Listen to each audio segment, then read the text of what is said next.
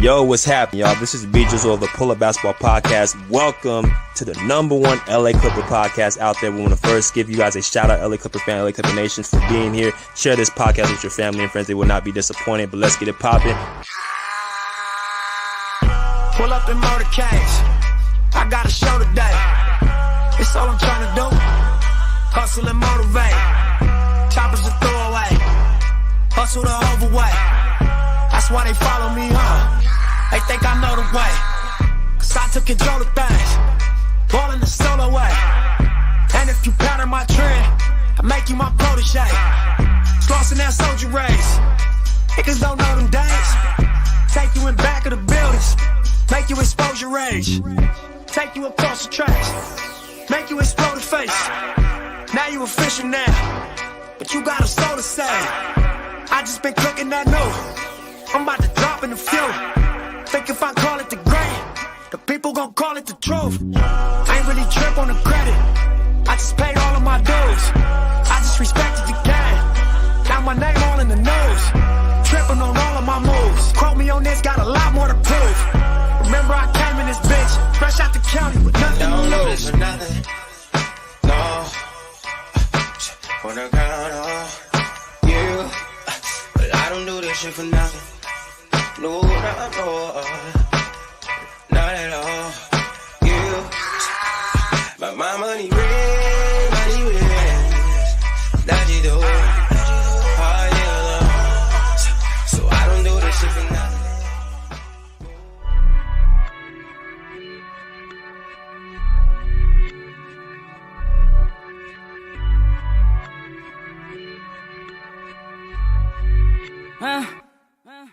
Rolling up some good, pulling up till we get faded. You know how we do it. Everybody take a flight, tell me. I got the keys to the city. I don't need no limousine. I turn up when I pull up. And tell my booking agent, book a show. Running around with the paper bag. Running around with the paper bag. Going crazy, spending all this cash. Going crazy, spending all this cash. If I spend it, I'ma get it back. Even when I ride around dirty, a nigga don't need a seatbelt. A nigga don't need a seatbelt. Nah, it don't cost to keep it real.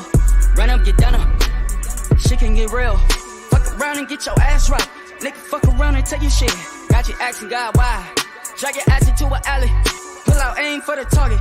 Should've never been around the killers. In my town, we the fucking realest. No cheddar bars round here.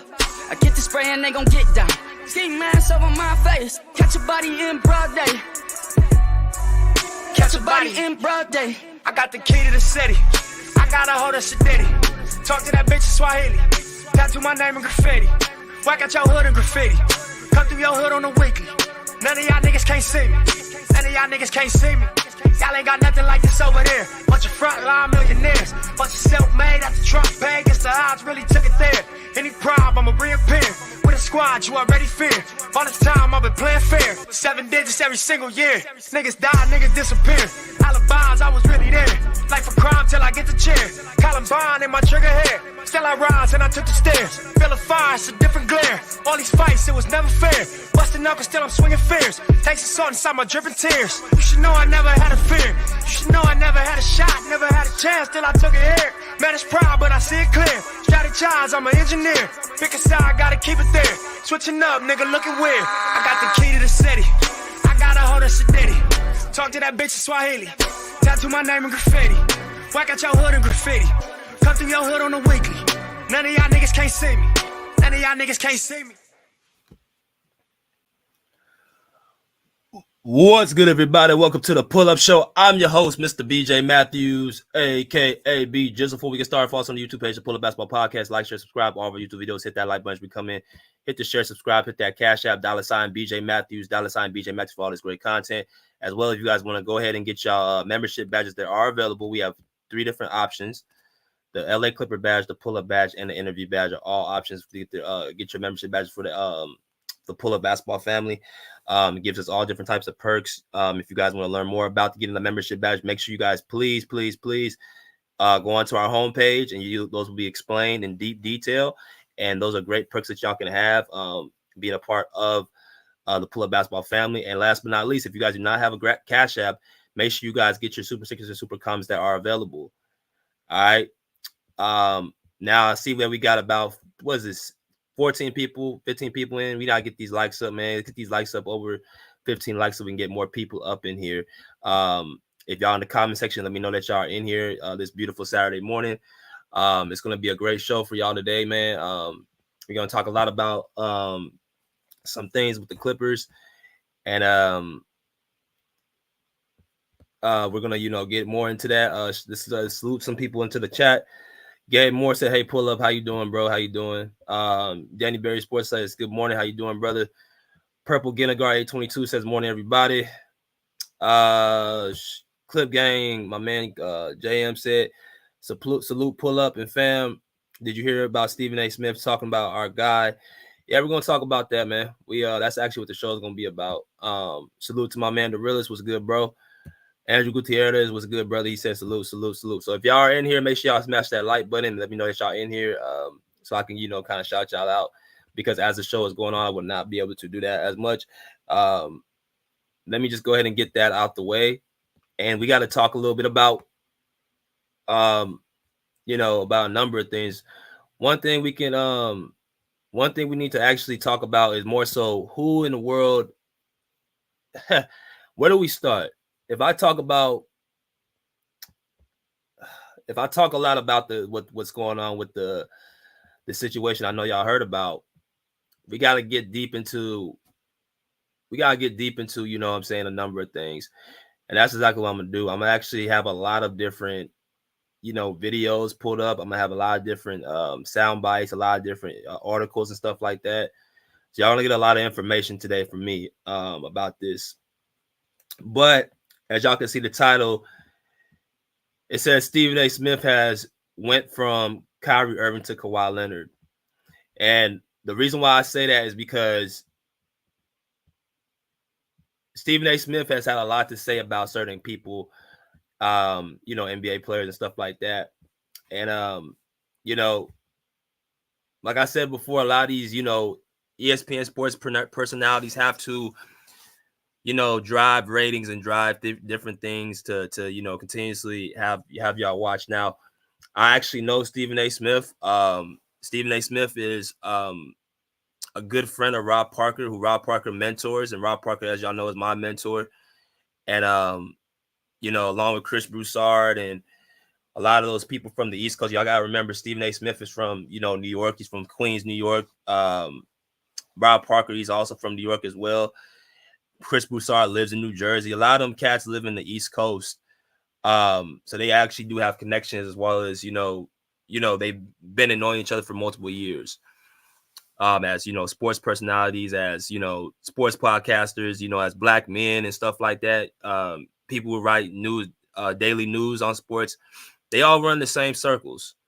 So I know Stephen A. Smith very well. I know Kawhi Leonard to an extent as well. I know his uncle, like as y'all know, things like that. Talk to him on the phone, so I got a chance to know who he is. Kawhi Leonard is from, he's from Moreno Valley, which is about an hour from where I'm from. He went to school 15 minutes from where I grew up in San Diego, at San Diego State. So both sides, I got, a little bit of knowledge of both sides. But I'm going to speak just particularly to the subject at hand and what has been said. And as y'all come here, smash that like button. Now,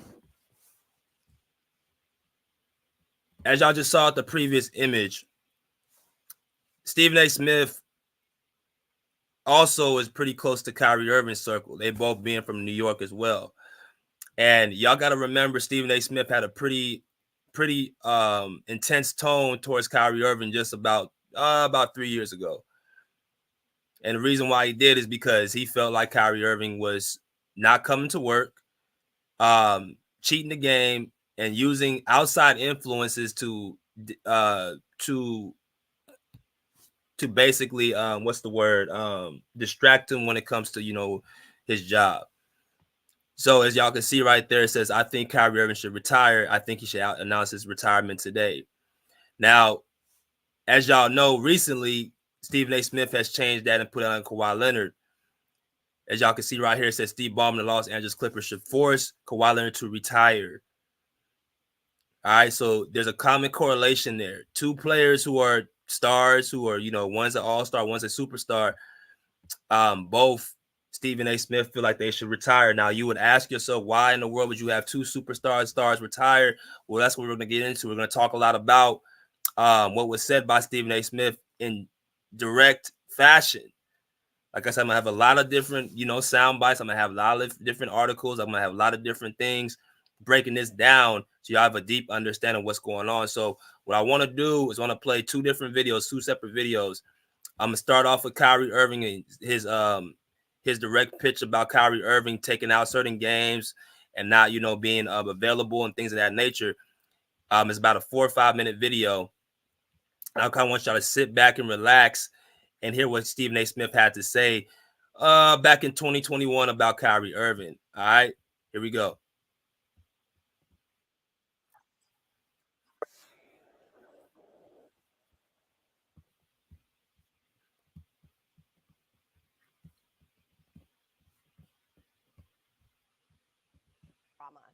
No, he's not. He's not worth it at all. A matter of fact, let me say this straight up and down. I think Kyrie Irving should retire. I think he should announce his retirement today. Clearly, you don't want to play basketball bad enough. Now, you might still want to get the $33.4 million, obviously devoid of some of the docked pay you'll receive because you haven't complied with safety protocol measures. And as a result, the league is going to determine when you come back instead of yourself or taking personal leave and obviously forfeiting game checks or whatever the case may be. But still in all, at the end of the day, you know what, you're still going to get, in excess of $20 million at the very least, even though you're on the books of $33.4 million this year. Kyrie Irving has not prioritized basketball. I'm not saying he doesn't want to play all together. I'm saying he hasn't prioritized it. And how fair is that to the Brooklyn Nets? How fair is that to Sean Marks? How fair is that to Steve Nash, a coach that he endorsed bringing on board, a coach that he wanted, a coach that he fully supported? How fair is that to his brother, Kevin Durant?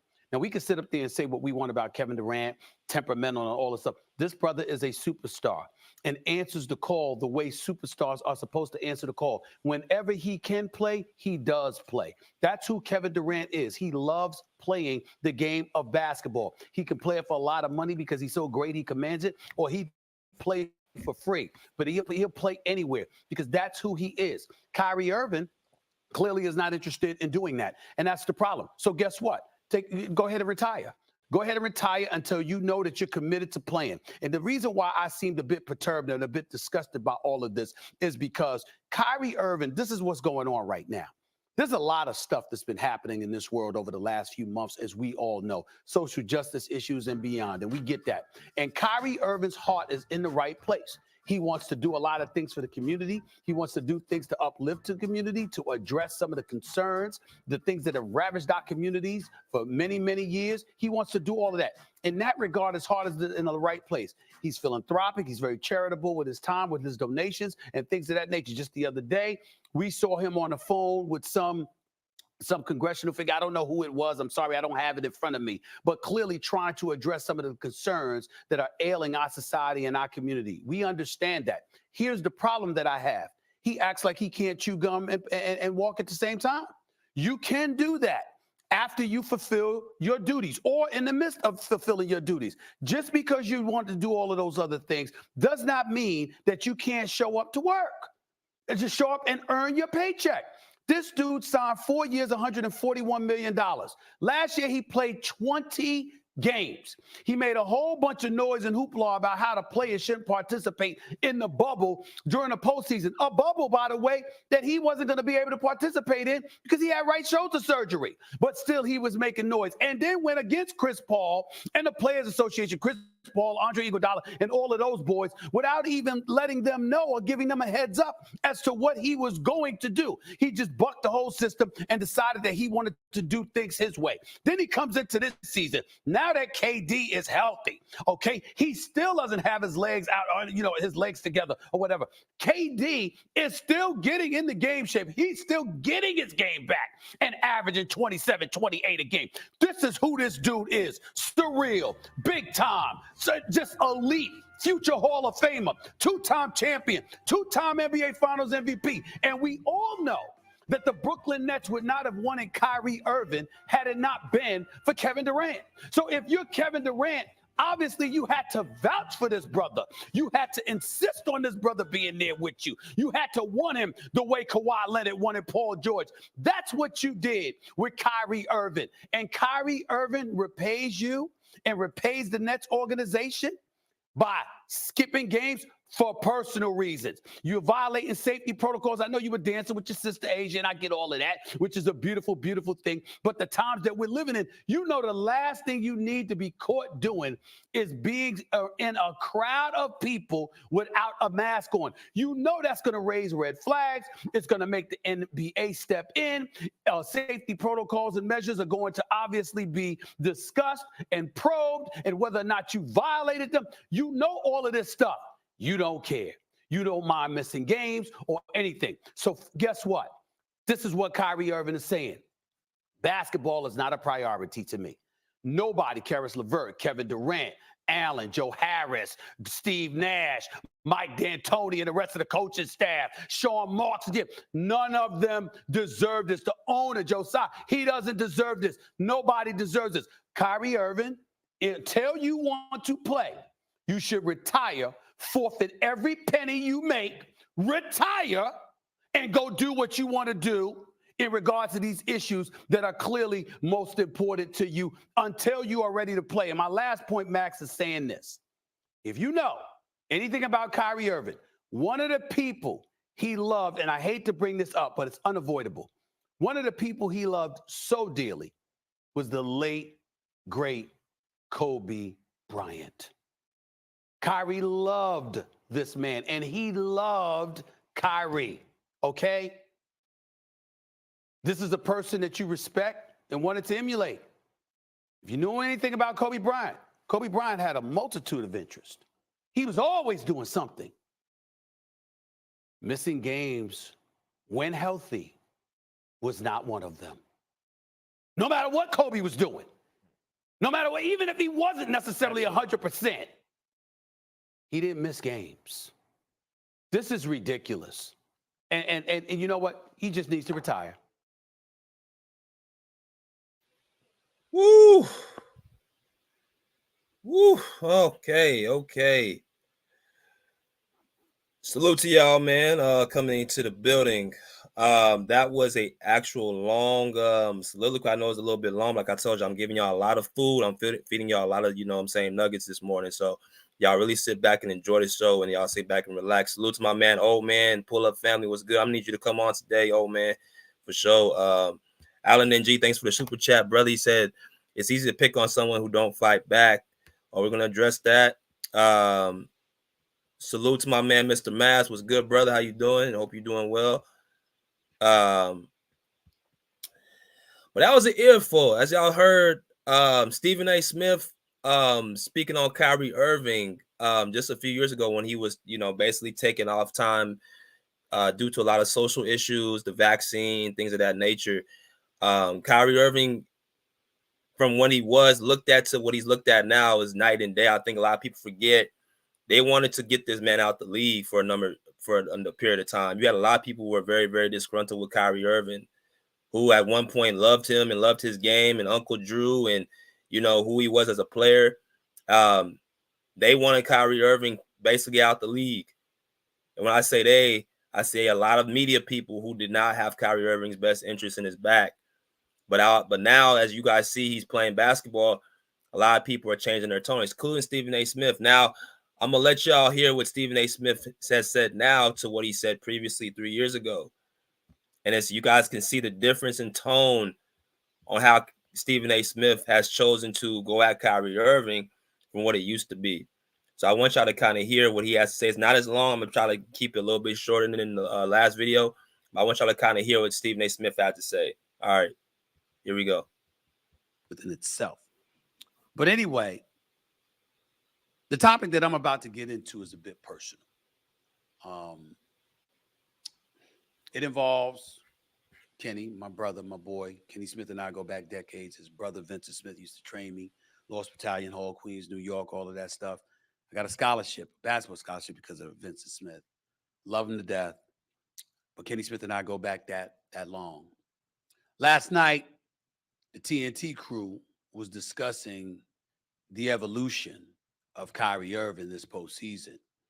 Because Kyrie Irving obviously has gone through so much, being accused of anti-Semitism or anti-Semitic remarks just because he retweeted something and stuff like that, getting suspended, having to deal with some of the things he's had to deal with, the whole COVID thing, and not wanting to play, not wanting to take the vaccine, and all of this other stuff, ultimately missing an abundance of games. And obviously things going south in Brooklyn with him, Kevin Durant, and James Harden. You look at those situations, you just found yourself saying, damn, this is a bad situation. It's really bad. And Kyrie's name was written, all over it. And then he lost the sneaker deal, and all he had was basketball. But the evolution of Kyrie Irving this postseason has been nothing short of spectacular, and he deserves a lot of credit for it. But that was also what led to Kenny Smith revealing a very private conversation that he had with me about my past critical comments of Kyrie. And I shouldn't say past, because at the time we had the conversation, that's when it was going on, and that's when Kenny Smith called me. Here's what he had to say last night on TNT. We couldn't play the sound, but here's the quote. At one time, Stephen A. was an advocate about having a battle with Kyrie Irving. I had to call Stephen. I'm like, this guy's from my neighborhood. I named like 6 people, and I said, Stephen A., those people mentored you. They mentored him. So when you say something about him, you're actually saying it about us. And he said, I understood. Most people have no clue that in 2023, the best way to make money on Amazon is not. Charles Barkley naturally followed up saying this about Kyrie Irving following Kenny's comments, quote, he self-inflicted himself, talking about Kyrie. He got to take some responsibility. I think he's grown up. I think he's matured. Stephen A. and other people criticized him. He rightly deserved it. You can't go out there and be anti-Semitic. He deserved the criticism he got. He deserved the suspension he got. But as a basketball player, I think he's really grown up, end quote. Let me say this. Both of them are right. Tackling Charles Barkley first.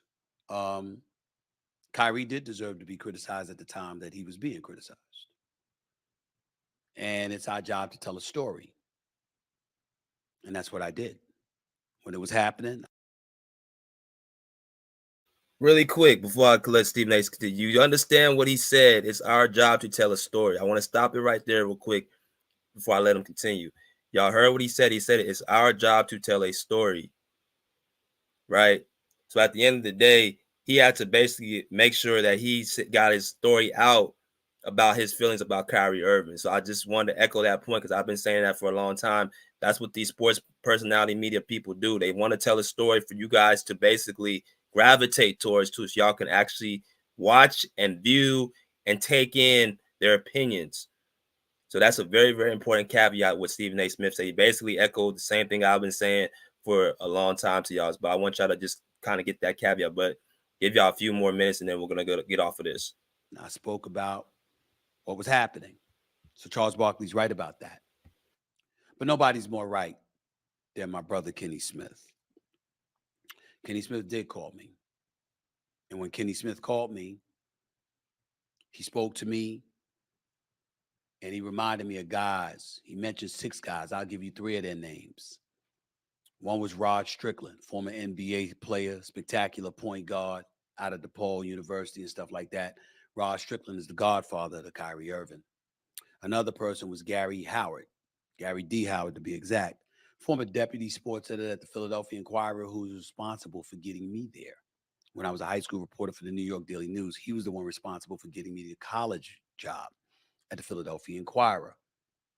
He's also the former executive sports editor for the Milwaukee Journal Sentinel. At the time that Gary Howard was the executive sports editor there were 4 and ultimately reduced to 2 executive sports editors in the country, despite there existing hundreds of newspapers. Only about 2 were black. Gary Howard was one of them. He's a Bronx native. He's very, very close to Dedrick Irving, Kyrie's father. They grew up together, knows him well. Gary Howard is also a friend and a mentor of mine. The other dude was Reggie Howard that Kenny Smith was alluding to. Reggie Howard is Gary's brother. Coaches a lot of youth in the Bronx, very respected, street dude, very connected, the whole bit. And all of them talked to me. And they weren't disagreeing with what I was saying, but they were addressing the fervor with which I talked about Kyrie. And I really didn't see it that way. I felt like I had looked out for Kyrie Irving on many, many occasions until I couldn't. And then I felt that his attitude towards me had changed and it felt like betrayal. I let that go. But then when his father, I felt, came at me the wrong way, I reacted like I react. I ain't backing up. And it wasn't until Kenny Smith placed that call to me that I had to look at myself differently, because he reminded me of those numerous people that raised Kyrie. They also influenced me.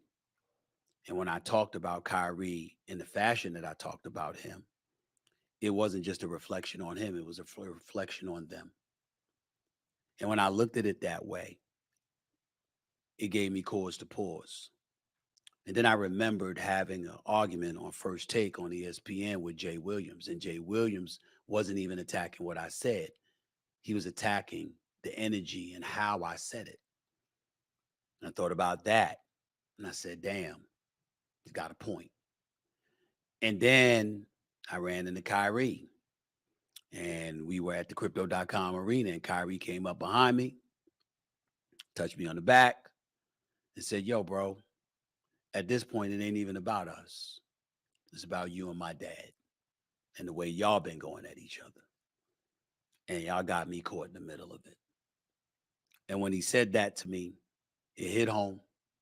I picked up the phone, live from the Crypto.com arena, sitting baseline, and I texted his dad and asked his dad to meet with him. And his dad, being the class act that he is, agreed to meet with me in New York City a few weeks later. We met, we talked. Both of us apologized to each other for how we construed how one was coming at the other, et cetera, and we've been cool ever since. And when Kenny Smith brought that story up yesterday, it reminded me of the role that I play, the responsibility that I have. And I'm not one that usually gives a shit what anybody thinks. I stand on what I stand on. I feel the way that I feel because I pride myself in being man enough to acknowledge when I'm wrong if I think I'm wrong, because I think it's rare. But I was wrong.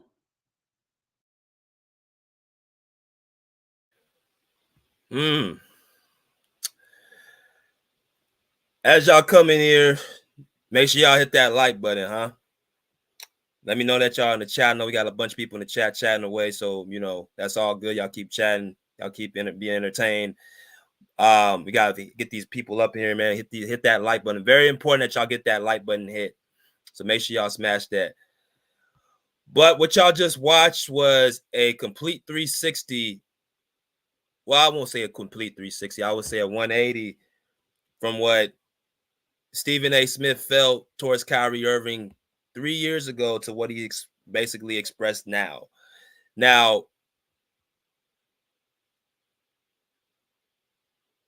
I'm going to speak upon it in a minute, but y'all can see the difference on how Stephen A. Smith gave Kyrie Irving a lot of flack 3 years ago until now he's actually giving him an apology. And I'm going to talk about Stephen A. Smith, the person, in a minute, because I do have some insight about who he is as a person that I don't think people really know, who haven't got a chance to really meet him or see him.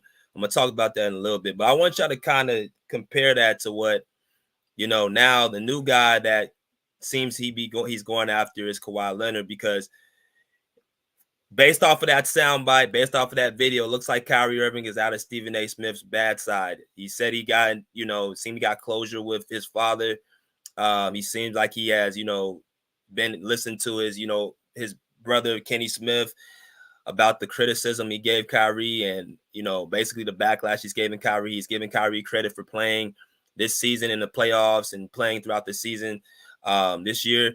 So as far as that, I don't think Stephen A. Smith's going to be bashing Kyrie Irving pertaining to like off the court or making it personal like he should retire. So now, like I said, the new punching bag is Kawhi Leonard. Now, we know as the Clipper Nation, Kawhi Leonard, we don't need to be reminded about what has Kawhi Leonard been to us the last 5 seasons since coming here. Of course, coming to the Clippers, Kawhi Leonard coming to the year, he was coming off a championship with Toronto Raptors, and he was expected to bring us a championship with the Clippers.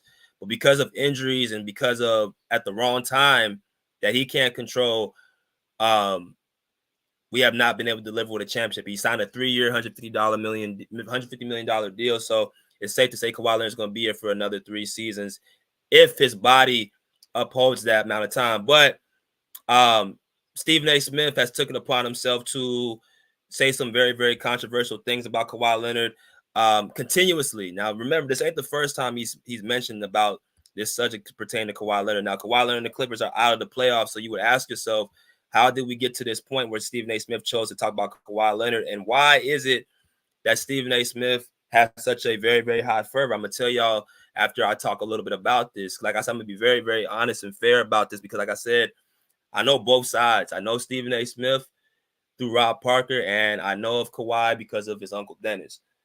So I'm going to be fair about this. I'm going to be straight down the middle. Some people ain't going to like it. Some people are going to like it. It really doesn't matter to me.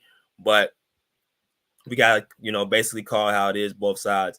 But let's hear what Stephen A. Smith had to say about Kawhi Leonard being the worst superstar, not just in the NBA, but in sports. That's the word that I throw in because that's bringing additional dollars into the equation. So it's not just about personality. It's about how that directly impacts your revenue stream as well.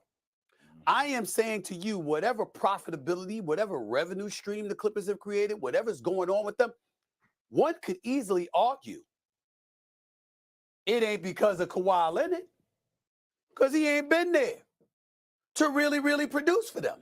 Now, you brought up Podcast P, Mr. Paul George himself. Well, since you watched this podcast, did you watch when he tried to come at me with that nonsense on Podcast P last summer? And we got into that discussion about Kawhi Leonard. I bet you Jay saw it. I'm telling you right now. He sat up there and he was like, Kawhi, Kawhi, Kawhi. And I stood right in front of him. And I made my case. He didn't have a comeback. And I love me some Paul George. And you know what else I brought up? Paul George gets injured, Andrea. We literally are aghast. We're like, damn, I hope his career ain't over. Because we literally saw the evidence. And we're like, oh, this is bad. You understand? We see Kawhi drop 38, walk back to the bench, look perfectly fine. The next day, he ain't available. We've seen Ty Lue with this disgust and frustration on his face because the morning shoot around, the brother there, he shows up at 4 o'clock, 5 o'clock, 5:30 shows up, and then he's alerted that Kawhi Leonard is not available. And by the way, it wasn't from Kawhi Leonard. It was from his handlers or somebody else. This is the thing that you do. You come to the table. You want your money. You want the helicopters. You want the masseuse. You want the pedicures. You want all the perks. All of it. I mean, all of it. Because he don't miss much of it, okay? You want all of that. But the availability ain't there. And then when you look at a guy like Steve Ballmer, and you look at Lawrence Frank and all of these guys, do you really, really think I'm coming on national TV? Jay looking at me right there. You really think I'm coming on national TV and I'm saying this without having talked to anybody? You have any idea what organizations feel about certain people? We're talking about LeBron James. LeBron James about to get $50 million. Are you ready for this, Jay and Andrea? He can't get this because obviously the situation cap-wise and all this other. LeBron James is easily worth $100 million. He's easily worth double. Easily. You know why? Easily. You know why, Andrea? Not just because of his greatness on the court. He's the marquee, the draw, and he shows up. He shows up. LeBron James is underpaid. You could give him $75 million. He's underpaid. This man is worth every penny. Giannis Antetokounmpo, worth every penny. Anthony Edwards, worth every penny. Steph Curry, worth every penny. And we talk about Kawhi Leonard like he on their level. He's not. He's on their level as a player. He's not on their level as an ambassador. He's not on their level as a marketer. He's not on their level as somebody who prides himself in being an ambassador for the game of basketball, promoting the Clippers, promoting the NBA, promoting everything. And then you have the audacity to literally want to represent Team USA. You can't even represent the Clippers. 60% of the playoff games, but you want to play in the Olympics. And that's why I said, Andrea, if it were me, when he had that picture with that Team USA uniform, that would have been the closest he got to wearing that uniform. If I was Steve Ballmer, I would use my considerable resources. I would turn over every stone. I would do everything I can to make sure his ass don't play for Team USA, because knowing him, he'll probably get hurt playing and won't be available for the Clippers. No, this is what the man has done for years and years and years. Somebody got to say that. Somebody got to say it. So damn it, I'm saying it. All right. So that was a little bit shorter than my last videos, the last couple videos. So that's going to take a little bit of break off of Stephen A. Smith in that regard. Before I continue, let me give a shout out to my man Andre76, man, for being a member for the Pull Up Basketball Podcast for 11 months, man. Shout out to you, my guy. Always great content over there. He has his own YouTube channel, DFJ Hoops. If you guys have not already subscribed to DFJ Hoops, that's my man Andre76. That's his channel. Go and make sure y'all subscribe to him. Show him support. He's definitely, you know what I'm saying, putting that work, getting his subs up, bringing a lot of great content, all that good stuff, knows basketball very well. So go ahead and subscribe to my man, DFJ Hoop, Andre76. He's a member of the Pull Up Basketball Podcast and family. Been with them for 2 seasons, been with us for 2 years at the Pull Up. So definitely great for, you know, having him. But back to the regular schedule program. Now,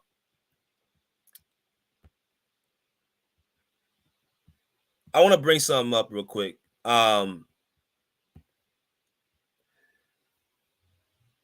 Stephen A. Smith, like as you guys have seen, has, you know, taken his anguish off of Kyrie Irving, and he has put it on Kawhi Leonard. And the reason why I name it, he switched from Kyrie Irving to Kawhi Leonard, because that's exactly what's happened. That's exactly what I mean.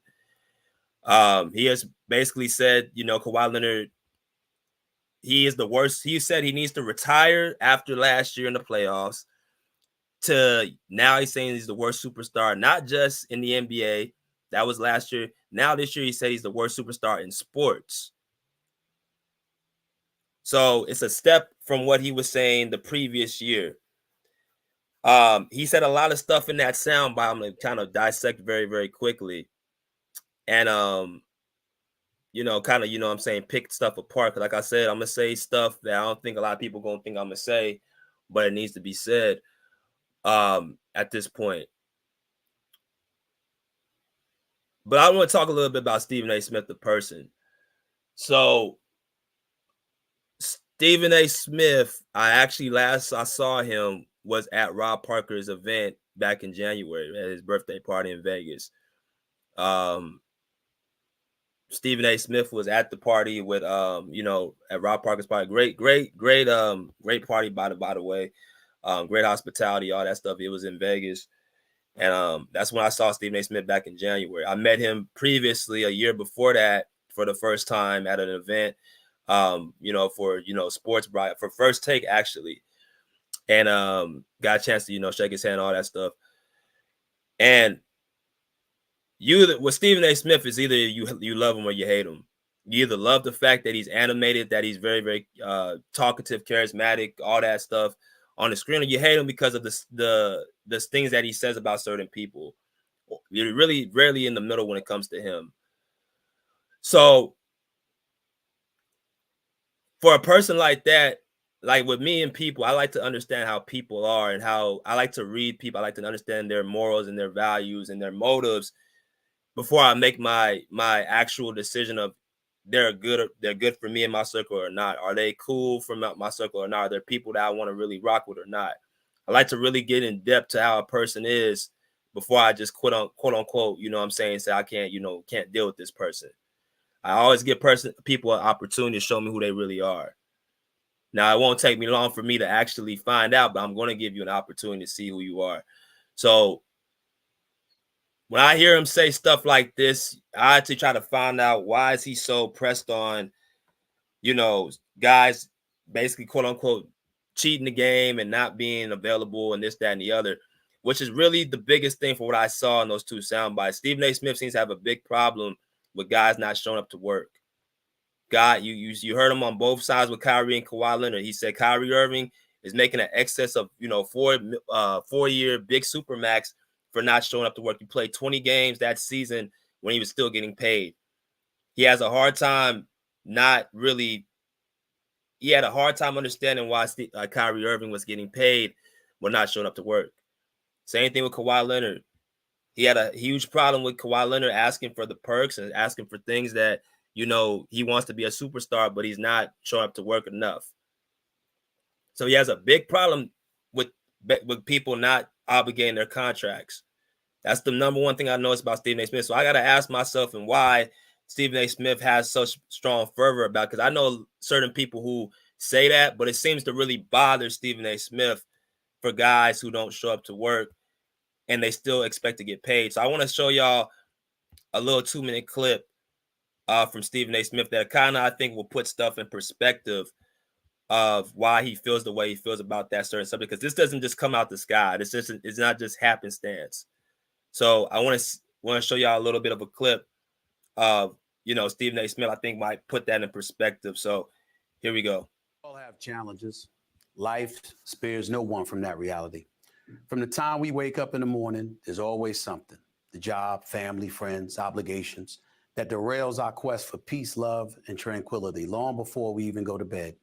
But truth be told, of all the challenges I've personally faced in my life, none have been greater than attempting to put into words the gravity and magnitude of what my mother means to me. I've tried many times. I'm going to try again. It's Mother's Day this Sunday. It's something most people know. But for the truly blessed individuals, for folks like me, lucky to have an angel we call mommy, every single day of my life has been Mother's Day. While most like me can wax poetically about our mothers, no doubt highlighting numerous specifics to illuminate her significance, allow me to be the latest. It was my mother who taught me how to read and write when I couldn't. It was my mother who motivated me when it seemed as if the world existed just to keep me down. It was my mother who took me to see my first movie ever, Grease, with John Travolta and Olivia Newton-John, when I was 10 years old back in 1978, who took me to my first basketball camp, who wouldn't leave my side for 4 days when I was hospitalized in college due to reconstructive knee surgery. It was my mother, Janet Smith, who's battling cancer right now, who rarely spoke words of love, yet somehow, some way, managed to show how much she loved me every single day while working 16 hours a day, 7 days a week, with 1 week's vacation only for more than 20 years. She is the reason why work never seems like work to me, why obstacles are destined to be overcome. Try having a mama that puts herself through school, worked 2 jobs, became an assistant head nurse at one of the largest hospitals in the state of New York, while never shortchanging her 6 children in the Department of Love and Commitment after giving birth to us, not before. Then contemplate the words you can come up with to truly express your love and gratitude. Chances are it won't be enough. It never will be, simply because the love she deserves knows no limits. So allow me to say this on behalf of my sisters, Linda, Arlen, Abigail, and Carmen, and my brother Basil watching from above. Thank you, Mommy, for just being you, for showing us what a true gift from God really is. Happy Mother's Day. All right. So that's going to be the last clip that I show. I promise y'all. That's the last clip. Now I'm gonna speak upon this soliloquy real quick, and I'm gonna let y'all in. Now, a lot of y'all might be wondering why I played that clip of Stephen A. Smith talking about his mom. Now, for those that don't know, Stephen A. Smith's mother passed away, I think shortly, I don't know how much more after, I think shortly after that, I think a couple of years, like around the pandemic, if I'm not mistaken. And she lost her battle with cancer. And Stephen A. Smith, there was a segment I did not play, I'm not going to play, but y'all can probably find it, where he talked about the aftermath of his mother passing and him actually, having to go to work with that still on his heart. He still was basically dealing with going on work on the TV screen. Even when his mother, had passed away, he still was obligated to go to work. And, talking about how, days that people wouldn't even know he was going through something, going home, just crying his eyes out because his mother was, no longer here. And like I said, I give people an opportunity to see who they really are before I make my determination of how I deal with them. If I choose to deal with you or rock with you, it means that you bring positive energy to my life. If I don't choose to rock with you, it means you bring negative energy to my life. So that's how I depicted that. But according to Stephen A. Smith, I asked myself, and I asked, why is this man so pressed on, in my personal opinion, guys getting paid when they're not going to work? Well, as y'all could see, it seemed like Stephen A. Smith grew up in a household where he saw his mother having to put in a lot of time and hours going to work, getting paid pennies, and being in circumstances that really was no way of them just taking time off, which I'm sure a lot of normal people can actually relate to. They're having to watch certain people just having to go to work and still, not having the luxuries of life as an NBA player. And a person with a single parent is even worse. So when you see that growing up, you tend to have that with you up until you're an adult, even still. And then you could tell the people who have a certain work ethic how they were brought up. And I'm a true believer in that. If you were brought up to be a lazy person, a lazy, trifling ass person, you're going to show that as you get older.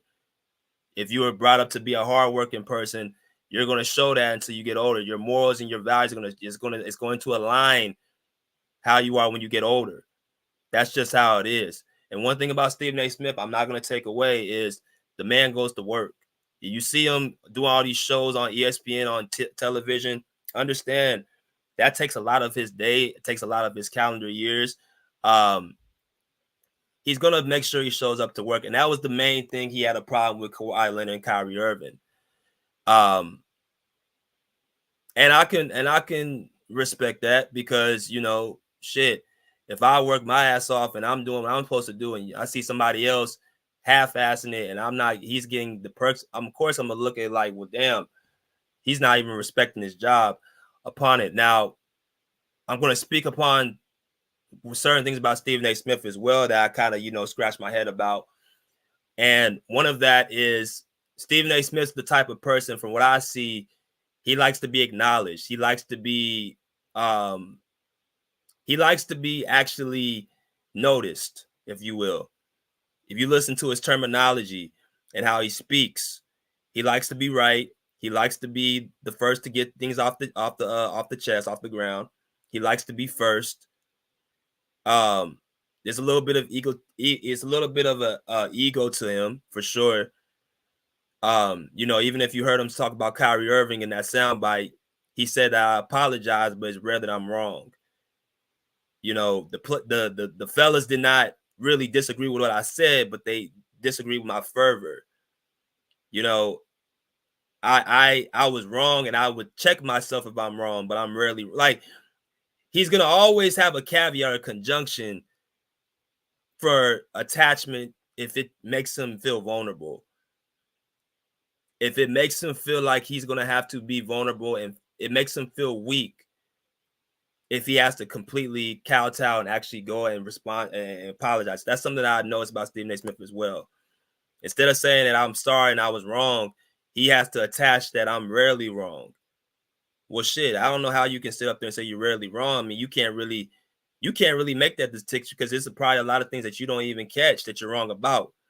But again, Stephen A. Smith likes to be right. He likes to be, have the last say, have the last word. He's even said that before on the show. I will get the last word.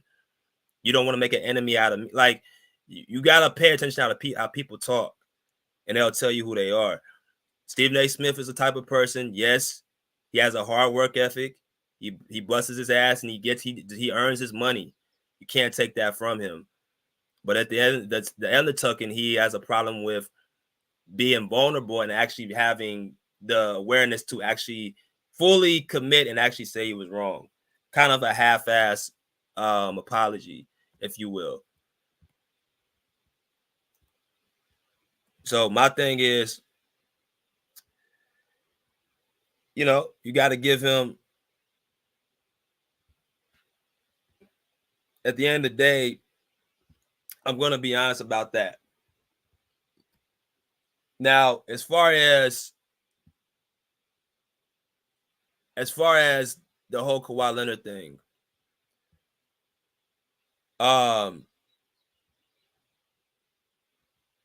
and see, old man took my words out of his mouth. He said he mad at Kawhi for not acknowledging him. I don't remember an interview that Kawhi's given. Yeah, and that's really what it is. That's the main caveat. He mad at Kawhi for not acknowledging him. And this goes to another trick that Stephen A. Smith has. He does not like when he's not noticed. See, Kawhi Leonard's the type of person you can try to, and it's kind of like how Popovich was with Kawhi Leonard. Kawhi Leonard's the type of person, he's a type of dude that he does not care what you think about him. He does not care if you like him, if you dislike him. He's not moved by that. He's very in touch with who he is as a human being. He's only worried about the people that is in his circle, that's around him, his family, his teammates. He does not care about all the glitz and glamour. He cares simply about just who, the people that in life that makes him happy. There's been jokes saying that Kawhi Leonard, when he retires, you're not going to probably hear from him again. And that's definitely a possibility. Right? Introverted people, and I can speak upon this by experience because I'm somewhat introverted. Introverted people, there's three things about us that you must know. One, we don't really are not moved by other people's actions. Two, we tend to separate. We tend to keep our circles very small, meaning we choose to not, deal with too many people. We don't really care about, being seen. If we're seen, great. If not, it's all good. We enjoy having our time, thinking of, being in our, own circles and people around us that, want the best for us. And three, we can generally read people very well. We can genuinely read people very well. We can tell the ones that actually are full of shit, and you can tell the ones who actually are real and cool. And that's how Kawhi Leonard is. He's an introverted person. They say that he does not talk. He doesn't talk to people he chooses not to talk to. He talks to people that he feels, obligated to, speak to. If you get him around his family or his friends or his homeboys or his teammates, he's just like a normal person like anybody else. But if you get him around the media where they know they're trying to depict a story or get a story out of him, he's not going to really be as responsive. That's how he is. And when you reach a guy like Stephen A. Smith, who's a guy who loves to talk and who loves to, talk about himself and loves when people acknowledge him, and you get a person like Kawhi Leonard in the room who doesn't do those, it's almost as if Stephen A. Smith is baffled. He can't take it. He cannot take somebody not addressing him. He looks at it as being disrespectful. So that's really what it is with Kawhi Leonard. It is a personal attack because of how Kawhi Leonard carries himself. How dare you not acknowledge me? How dare you not acknowledge my presence? That's the reason why he keeps going at him. Kawhi Leonard is out the playoffs right now. There is no reason for him to even be talking about Kawhi Leonard because Kawhi Leonard is not even here. He's literally the Clippers are not even playing right now. But this is going to be the story that's going to be constantly echoed by Stephen A. Smith because, again, at one point, Kyrie Irving did the same thing. He was not acknowledging him. He was not accepting his presence. Stephen A. Smith's the first person to say that he doesn't have it's never personal. But then as you saw in that soundbite, he said it was a personal, very personal thing between him and Kyrie Irving. But you said that it wasn't a personal at all. Your analysis is never personal. But it sounded like to me when Kyrie Irving and his father pushed back at you, it became personal. So I don't know Kawhi's with there was a situation where, you know, his uncle Dennis or somebody told him to get lost, or, you know, they offered him an interview and Kawhi said no. I don't know that backdrop, but I do know Stephen A. Smith is very, very egotistical. And Kawhi Leonard's type of person, he's not going to acknowledge you if you're not actually acknowledging him. He said my cousin went to school with Kawhi, bro. Yeah, Kawhi. If you see a person like him, if you're able to really get a chance to know him or get a chance to be around him or see him or interact with people that he respects and likes, he's one of the coolest people that you'll probably encounter. Very down to earth. Doesn't really, but he's just an introvert, man. He's just a person that, you know, chooses not to be around, you know, a whole bunch of people. And that tends, and there's another thing about Stephen A. Smith. He talked about all the stuff that I'm gonna echo in a minute that, you know, Kawhi Leonard doesn't do. Like, he doesn't market the game. He doesn't show up to work enough. He's not playing enough games, this, that, and the other. But he also didn't mention the fact that Kawhi Leonard rarely is in trouble.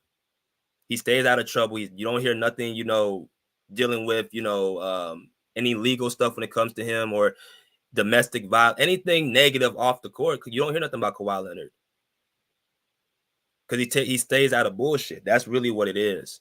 He stays out of bullshit. He does not deal with, you know, a lot of people, and that's just how. And that's usually the best way to do it.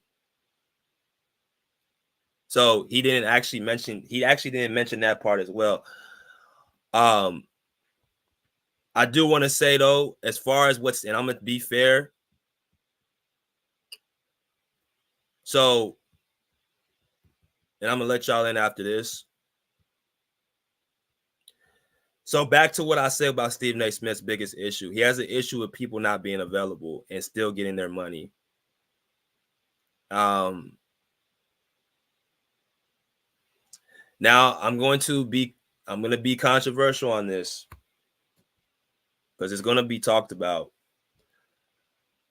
As y'all come in, hit the like button. Now,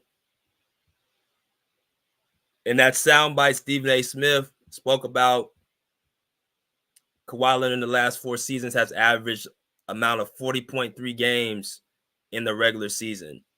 40.3 games out of 82 games Kawhi Leonard has averaged the last 4 seasons. In the last 4 postseasons, Kawhi Leonard has played only 15 out of the last 19 playoff games. Since 2020, 2021, he has missed 15 out of the last 19 playoff games. So that only means he's played 4 playoff games in 3 seasons. Right? And of course, it's because of the injuries. Now, step by step,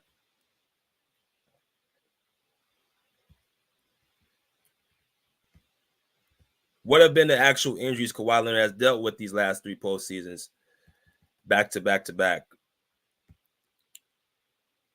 Obviously, you talk about the torn ACL. And, you know, basically speaking upon what he did with the torn ACL, you know, it's getting that injury off of Joe Ingles, hurting him. That was actually the year that the Clippers actually spoke about, you know, that was actually the year the Clippers had a chance to win the title, in my person. That was their best year. That 21 year, they had a full squad. Terrence Mann was coming upon his own. Paul George was playing out of his mind. They had Marcus Morris, who was younger, Nicholas Batum, who was younger. The West was not as strong. You actually had an open West for the most part that season. that was the year that, the Clippers could have had that championship. They were playing, I think, at their best level, their peak level, even better than 2020. But of course, Kawhi Leonard getting hurt put a monkey wrench in all that. The Clippers were still able to prevail going to the conference finals. But as far as the NBA championship, it just didn't happen. And Kawhi Leonard actually spoke about it. And this is where I will say that I wish Kawhi Leonard would do more is talk. Because no one can speak for yourself more than yourself. And too much time, and this goes to Kawhi Leonard again, don't like to talk to the media. He don't like to deal with the media. He chooses not to, really address the media. It gives people the option to make up certain things about him. But if he actually would talk and open his mouth, then he would actually clear up a lot of, nonsense. So after his injury, they had a sit-down interview with Kawhi Leonard. I think a news reporter, I don't know his name, but they talked about, his injury. And he talked about how it was mentally and physically draining for him. And thing about Kawhi is when he talks, people tend to listen when he speaks. He may not say a lot, but when he says something, it goes deep. And that's another trait about an introvert. Introverted people actually have very, very insightful things to say, but they just choose to keep them to themselves because they're afraid a lot of people won't understand. But he's actually a pretty bright dude, but he just chooses not to really talk. But he says in this quote, it says, Melissa Rowland of Fox Sports, Leonard revealed the devastating nature of his injury, not just physically, but mentally as well. He's, quote, this is what Kawhi Leonard had to say. He said it was just devastating getting hurt in that period of time in the playoffs. When you're on a good run, Leonard told Rowland, when asked if the mental anguish of being sidelined was worse than the physical pain of his injury, Leonard said it was. I found out ways to stay away and just take one day at a time and make sure my knee was good for this year. I just tried to take for what it was. I was able to spend more time with my kids and see them every day.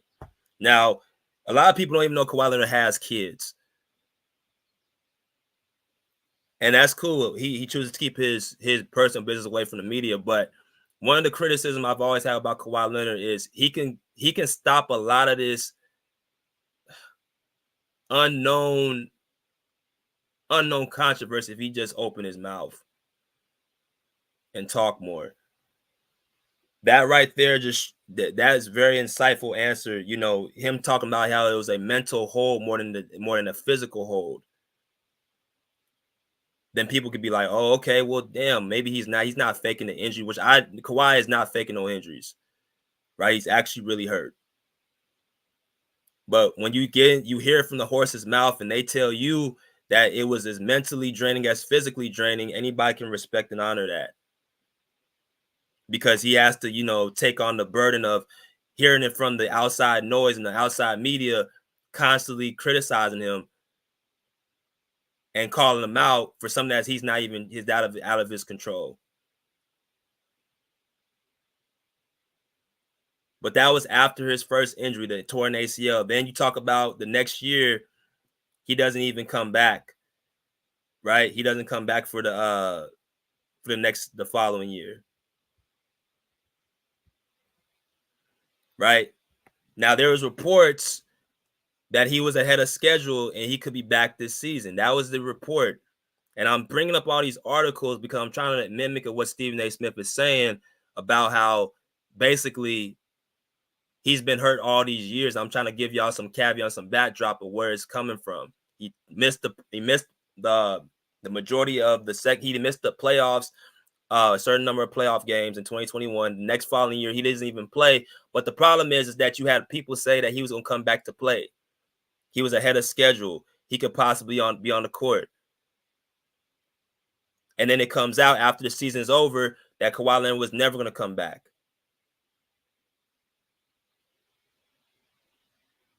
Right? This is a 21-22 season. This is the year that the Clippers made the play-in that year. He misses that entire year. Then you talk about last year, he missed a number of games. This is where they actually low managed him the whole entire season. He played 52 games out of 82 games. Kawhi Leonard missed 30 games last year.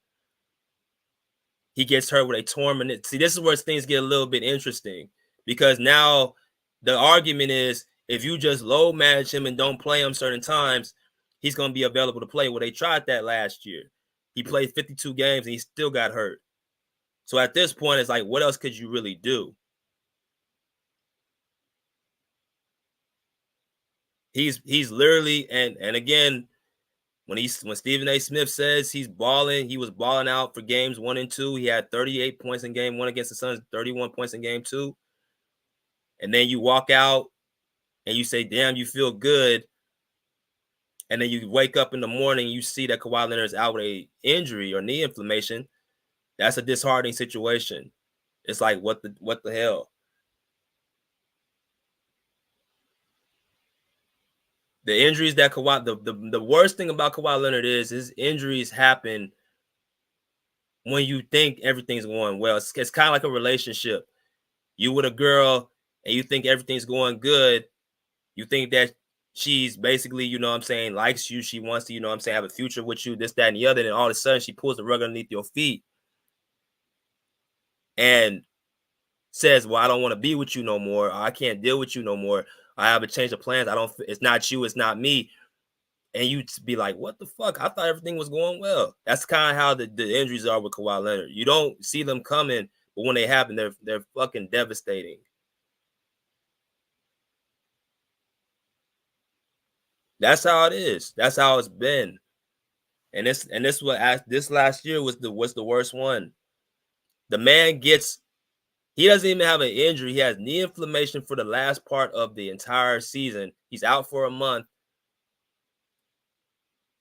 And he comes back after the Clippers have won a game without him. He comes back. We think the Clippers are going to tread upwards with our best player back. Not only did the Clippers tread downwards, but they lost 2 games with him on the court because he wasn't his full self. And then he leaves the team confused. His injury leaves the team confused when he comes back on it. See, that's when I said to myself, okay, the Clippers aren't winning this series because it's too much of an emotional roller coaster.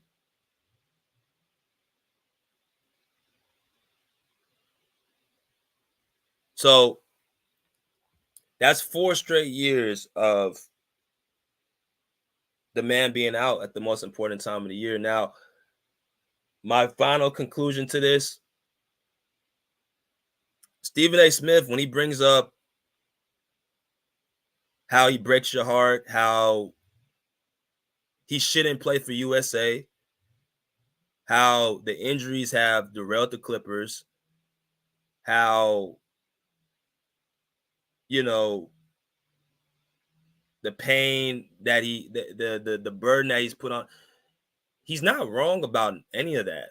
If we're going to be honest about this, he's not wrong about, a lot of y'all even feel that.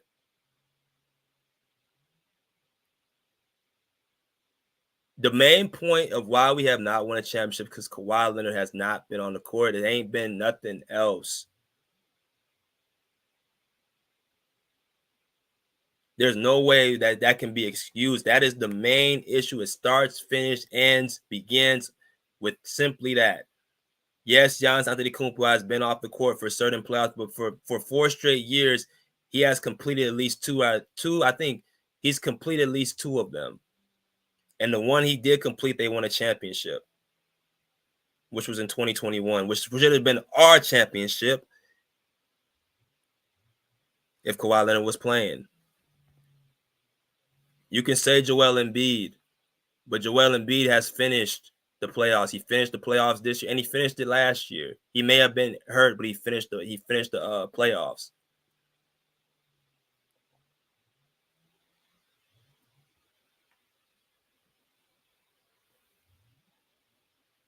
Right?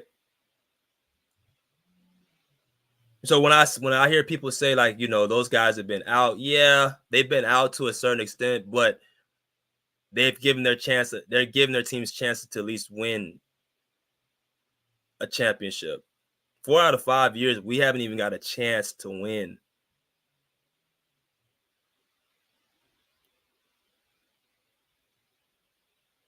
So it's not really the same.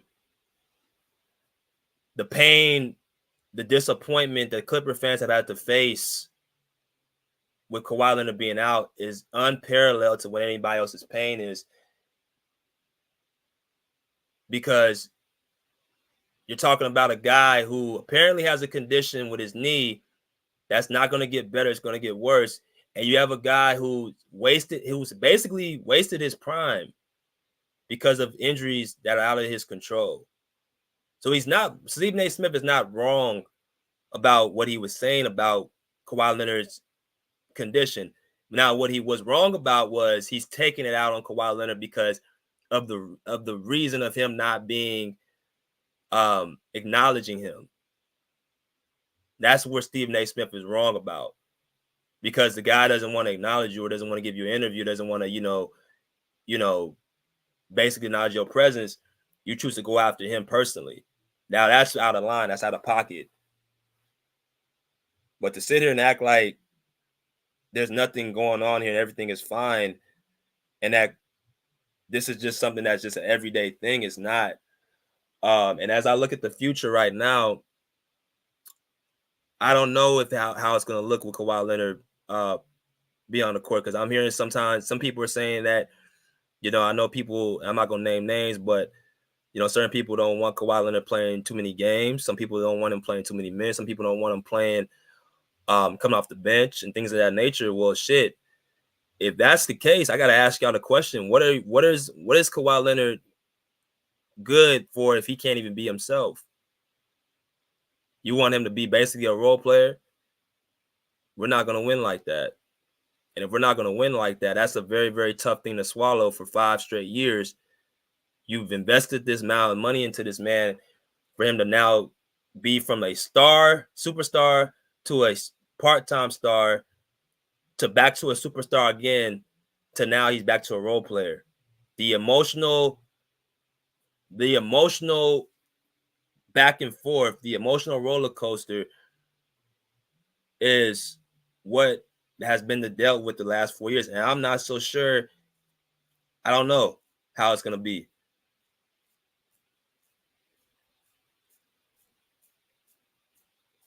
But that basically goes to it, man. I'm going to go ahead and let y'all in real quick. Let me go ahead and drop this link.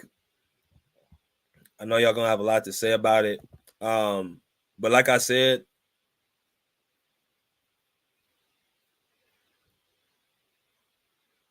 as far as being the worst superstar, no, he's not the worst superstar, because if he was the worst superstar, then the Clippers wouldn't keep him. If he was the worst superstar, then nobody would want him. Right? And that's something that I will say also.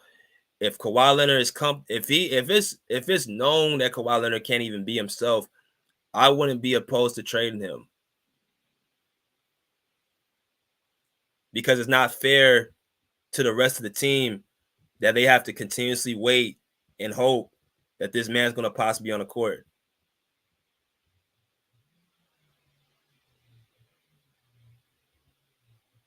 If he can get on a team, or he can go to a team that can manage that, then that's cool. But maybe the Clippers are okay with that, though. You have to question how bad they want to win. But those players are not those players. You gotta ask yourself. You think all these players? And I'm gonna let y'all in after this. How do you feel like all these players feel when they have to continuously carry the burden because their best player is not there? And they speak, and they never bash him. They always speak highly of him. They say that he wants to play. They don't ever badmouth him. They always have his back. But you can't tell me that they don't go home and say to themselves, damn, another year that this man ain't on the court. Meanwhile, we got to watch teams who we know we're better than go deep into the finals all because they're healthy. And see, that's the main thing. Now, that's the biggest thing I learned about the playoffs. It's not about who's the best team. It's about who's the most healthiest team. And if you're telling me health ain't on our side, how could you be so confident about winning a championship? Again, it's not about who's the best team. It's about the most healthiest team.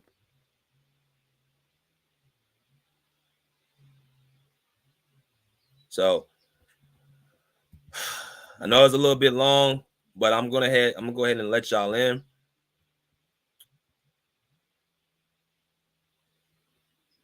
And I know y'all got a lot to say.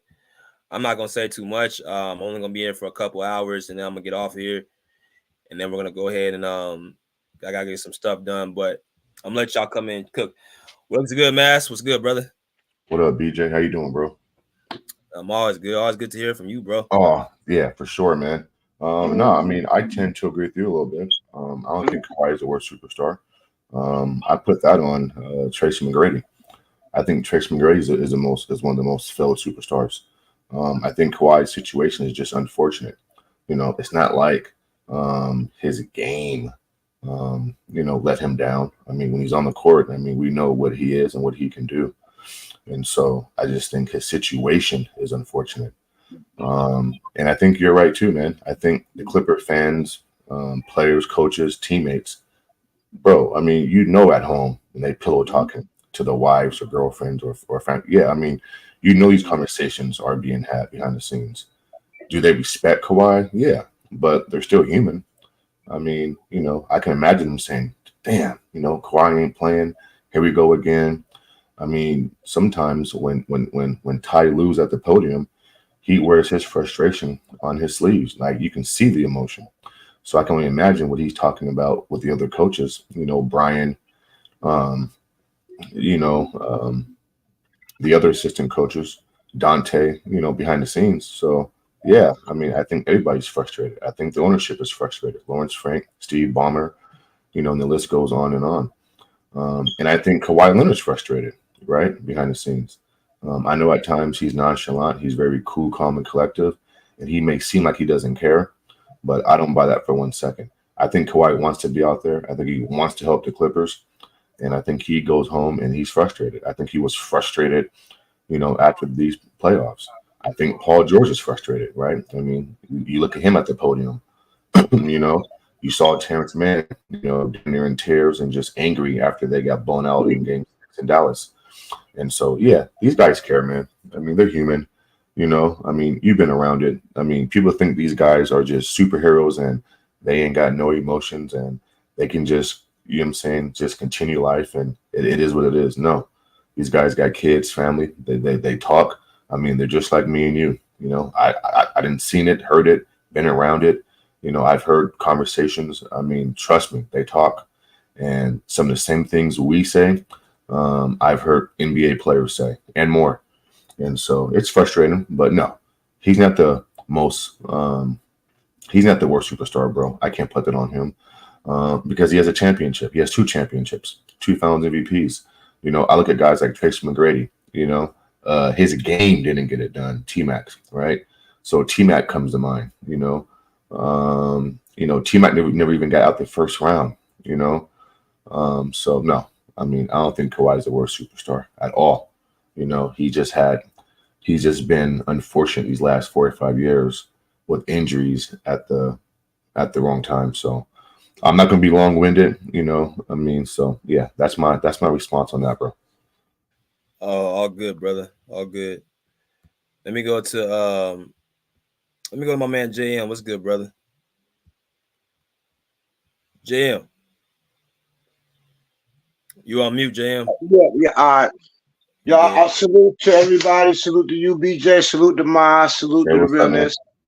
What's up, man? Today I'm gonna be like, more professional. I ain't gonna get into all that, whatever I was doing before. Sometimes I love my team, my emotions show. So you know what I'm saying. But I ain't gonna be disruptive or nothing like that. This is I'm used to Stephen A. Smith doing what he do. He's been doing it, and And I'm the one, I said, well, I ain't the only one, but like Miles put it quite eloquently, you think Kawhi don't feel bad, like he ain't out there just for no money or whatever. So everybody feel bad, that's why I'm hoping, if I'm guessing right, that it'll be better to come off the bench. It sounds crazy, but what you just said, what BJ just said, like everybody's saying, like, yo, this man is getting paid off, but he keeps getting hurt.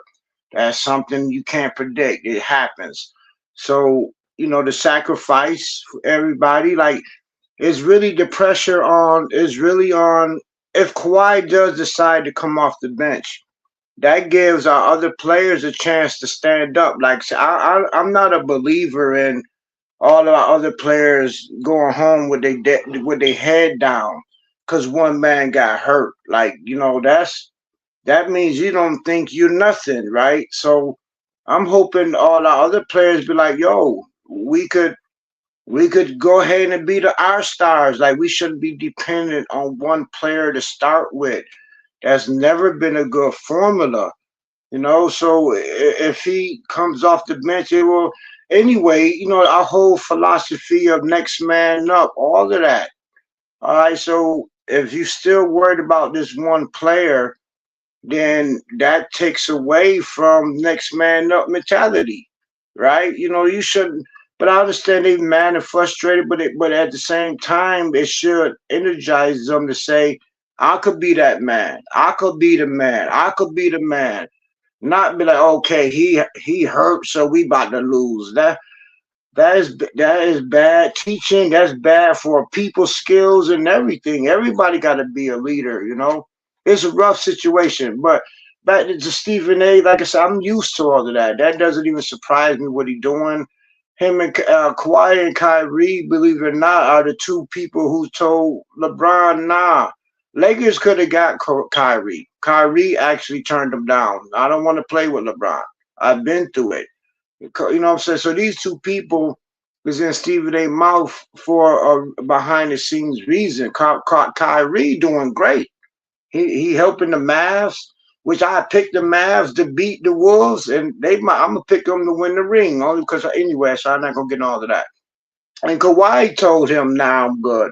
Kawhi, it's a lot of bullshit, but I feel for the fans. That's why I stress, let this man come off the bench. He could still be fundamental. He could still be he could still win us a ring. He doesn't have to be in the spotlight. The spotlight is over with.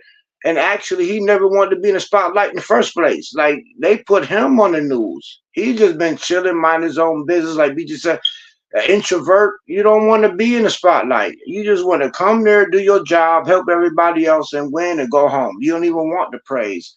He would not even been in this situation if it wasn't that crap that the ESPN made headlight news. Oh, he turned down LeBron. They the one made this a circus. Kawhi just actually said, I would just rather help big up this team right here. Like, so, either way, this is all frustrating to the fans. I totally feel for the fans. I feel for the players. I feel for Ty Lue. And I feel mostly for Kawhi because he's the one getting all the backlash. Ain't nobody talking about Kawhi, Ty Lue. Ain't nobody talking about PG. Ain't nobody talking about nobody. It's one man you just throwing all this fucking hate on. You know what I'm saying? But hey, fans gonna do what they do. People gonna do what they do. But we still gonna win. He's still gonna lead us. Just let him come off the bench. That's it. And that's all. I dropped the mic.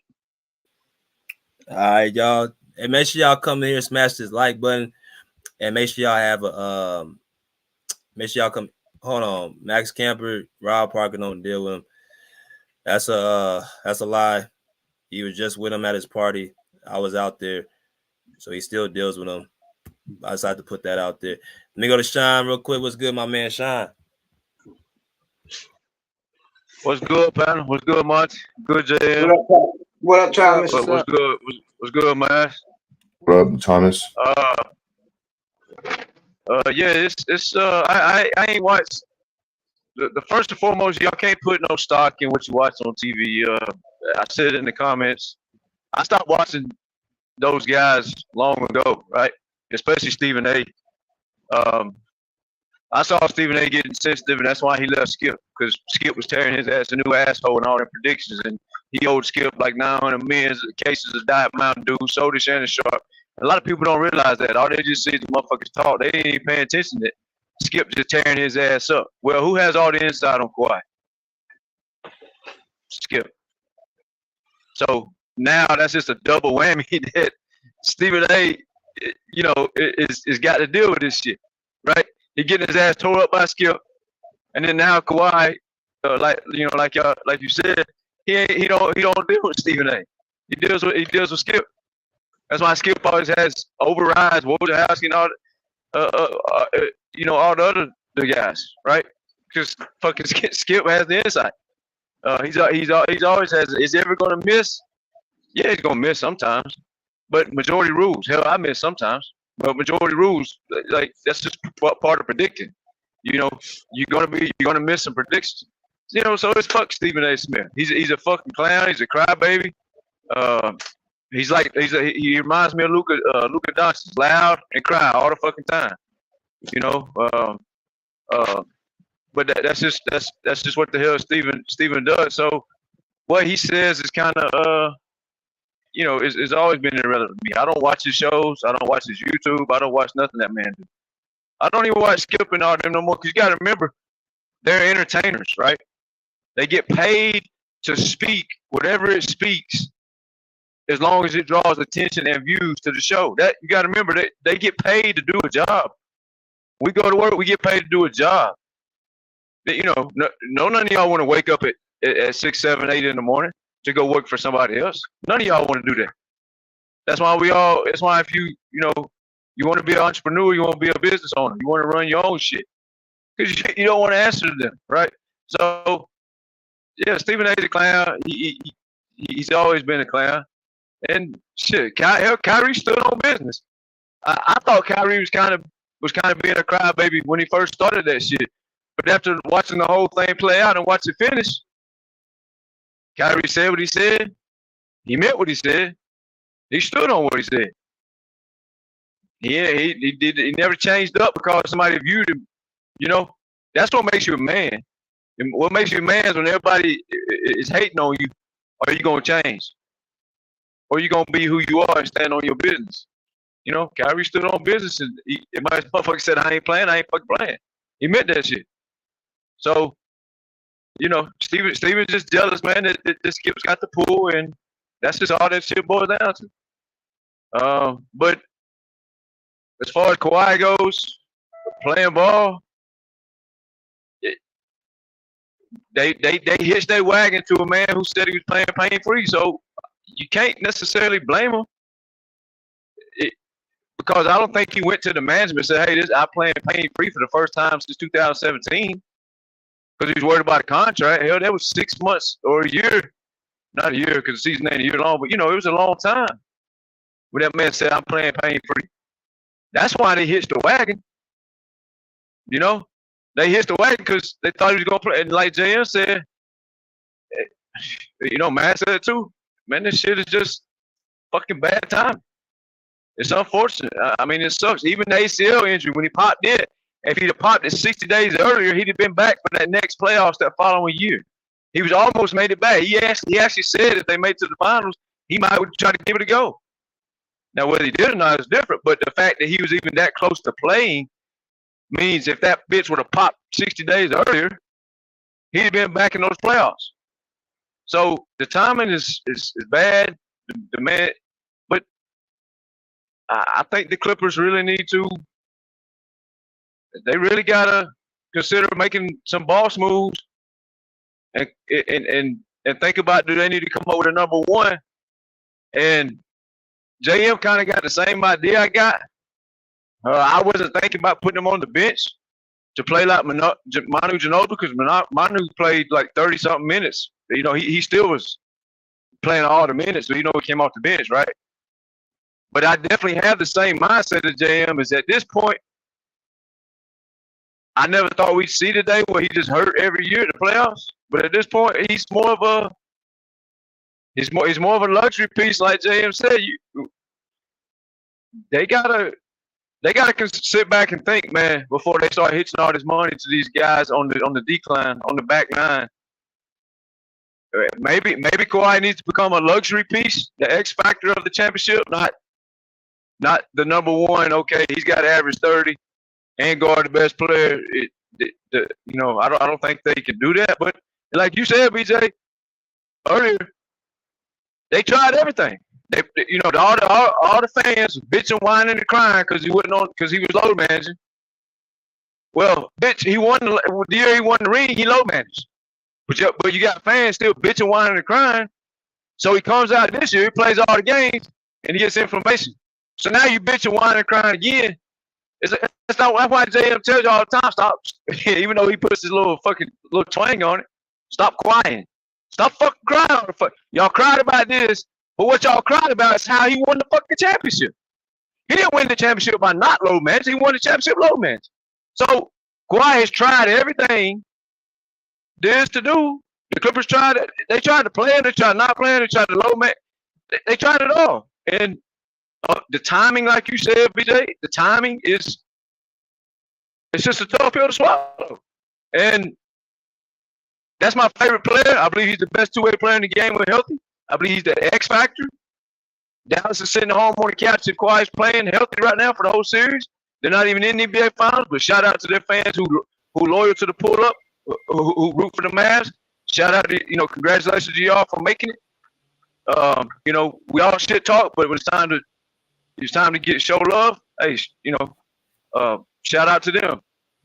But it's just unfortunate, man. Kawhi, like what JM is saying, basically, Kawhi is a luxury, the X factor to the championship run, not okay, play 40 minutes and the factor. He's going to be the X factor, in my opinion. I think that's what JM is trying to say as well.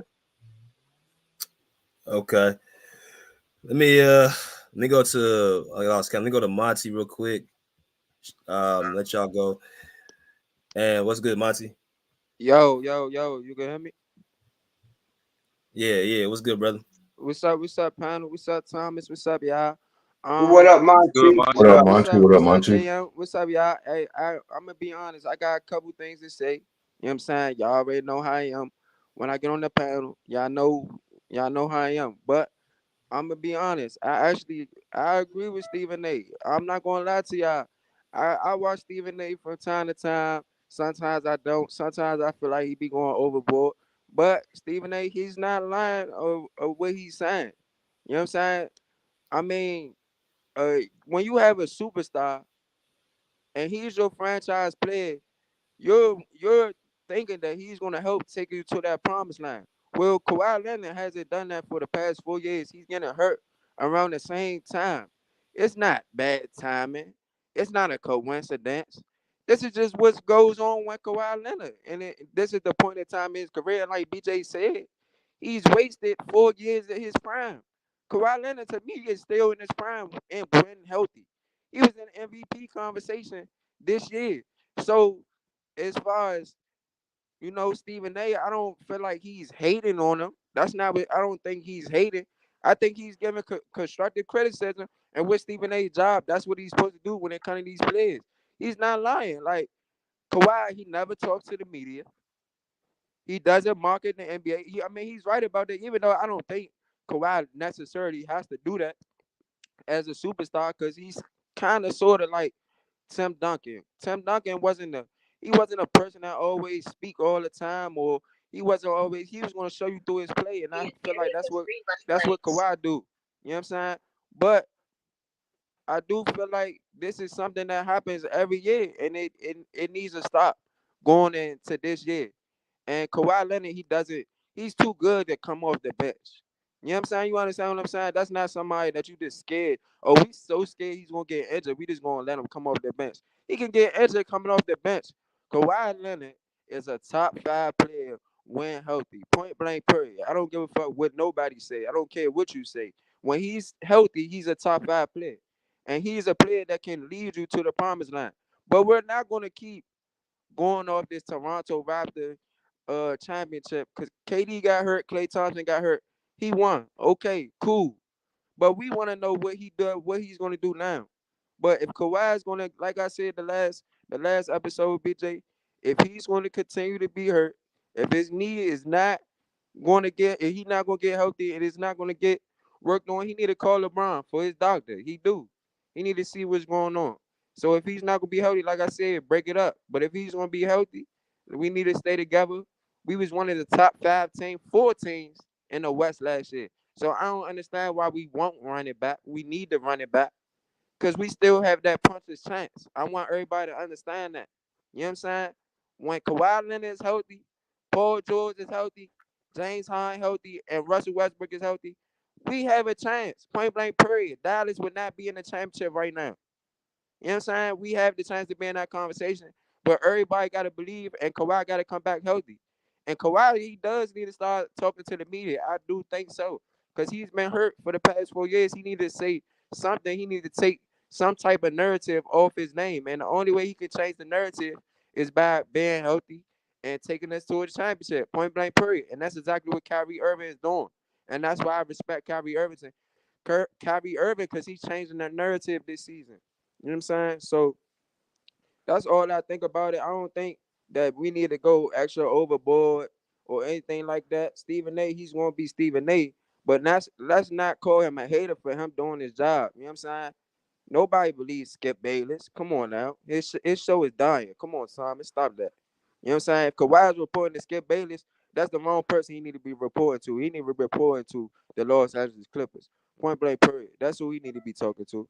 So, I mean, that's all I got for it. I kind of agree with Stephen A a little bit, but I don't think we need to call these people haters for doing their job. You know what I'm saying? Like BJ said, everything he said wasn't wrong. You feel what I'm saying? It wasn't wrong. But I do think you need to give him some type of courtesy because he's been injured. But that it has to change, BJ. It got to change. 4 years in a row, that's unacceptable. That's not just a coincidence. You feel me, BJ? That's not bad timing. He's injured. He's injured prone. You know what I'm saying? But other than that, yeah. Yeah. Appreciate all y'all takes, man. We let me go to Cap and ask Mingle Jester all his bullshit. What's good, Mingle? Hey, bro. Hey, you saying I'm capping, but bro just said what I was gonna say. Everything he just said, that's exactly what I was gonna say. So I really ain't got nothing to say. Everything he just said is what I was gonna say. That's because it's And raw. that's You it. know what I'm saying? That's what's real. Everybody don't want to say what's real. You gotta say what's real. You can't keep beating around the bush or running away. Oh, Kawhi, he's this, he's that. No, Kawhi, he's one of them. He's that guy. When healthy, Kawhi is one of that. He's that guy. He could change the conversation. So you know what I'm saying? I'm gonna be real about it. I'm not going to sugarcoat nothing. So what was the realest about what I'm saying about that's what everybody said. Everybody said the same shit. Let me go to Bruce I real quick. said big enough We the did. bench. Everybody That's the did say the realest. same shit, but at the same time, I don't think y'all not holding Kawhi accountable as a player. Like, you feel what I'm saying? And that's what you got to do. BJ, he kept it real. I'm trying to build a team more on defense and find another number one identity. That's what I'm trying to do. So I'm trying to use Kawhi the X factor to me. I agree with what I agree. All y'all said the same shit. Y'all just using different terminology. Kawhi is at this point, like, I never thought we'd even see the day we even had to talk about 4 straight years, right?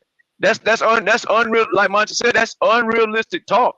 Yeah. But at the end of the day, what Stephen A is wrong about is it's not like Kawhi is playing and just says, "Fuck it, I'm sitting out playoffs." That's not the case. That's why I said it's bad timing, because if the information happens 3 months before the playoffs, we don't have this conversation. That's what makes it bad timing.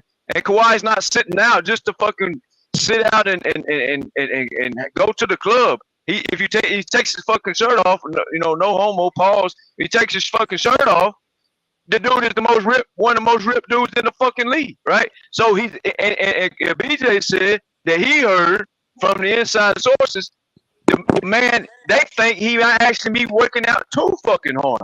That's what BJ told me on a personal level. They say he might be training too damn hard in the offseason. So yes, it is bad timing because of the timing it happens. Because like BJ said, This shit keeps happening right at the playoffs. But anybody, like Ma said, that's what I'm saying. All y'all saying the same shit. Y'all overthinking. Ma said he don't think. The guy's just saying, all right, playoffs is here. Time for me to fake injury. No, that's not what's happening. That's what makes it bad timing. That's why Stephen A is wrong about the shit he's saying, because Kawhi is not just – Stephen A is trying to insinuate that Kawhi is just purposely sitting out. That is not the fucking case. Kawhi, so it's bad timing. It is bad timing, but Machi, you also right with some of your shit because it's 4 straight years. That's why me and JM are saying drop back and punt and let him be the X factor to the championship instead of the de facto factor. Me, I'm not saying put him on the bench. I kind of agree with what you're saying, Monty. If he can play, let's let him play. But I understand what JM is trying to say, and I'm trying to say the same thing. But I'm choosing to build the team all defense because I know Ty Lue's bitch ass wants to play all offense, and unfortunately, we stuck with this dude for 5 fucking years. We're stuck, right? So if we're stuck with him for 5 years, you got to take his. Look, BJ said this about a year ago. He said it real well. He said, you got it. He told me, this also was on a personal level. He told me, he said, Thomas, how you feel about this? We got to take Ty Lue's best friends off the team. He was speaking on Reggie and Morris. That is exactly what I'm saying. You got to take Ty's fucking weakness away from him, which means I want to build a team with more defense and play like the Miami Heat and play out Minnesota. Minnesota got as far as they did off the fucking defense, right?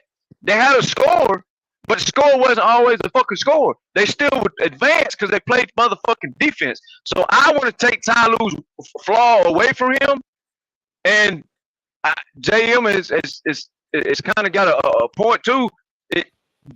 He's not de facto no more. He's just the X factor, right? And so we're all saying the same shit. But where Stephen A is dead fucking wrong at is saying, trying to, like BJ said, Kawhi can't help the fucking issues. The issue is a degenerative knee. Hold on, that's the fucking problem. Bruce got to go, and then Mac Jones got to go, and then the realist, I got to get these people in, and then y'all give open talk. Bruce, what's good, bro? My brother Bruce. Hey, what's up, BJ? What's up, everybody? I hope you guys are good. I wish you guys a good weekend. What's good, Bruce? Before I go in, yeah, BJ, I think you need to do like baseball, man. You need a time clock for all those preachers, bro.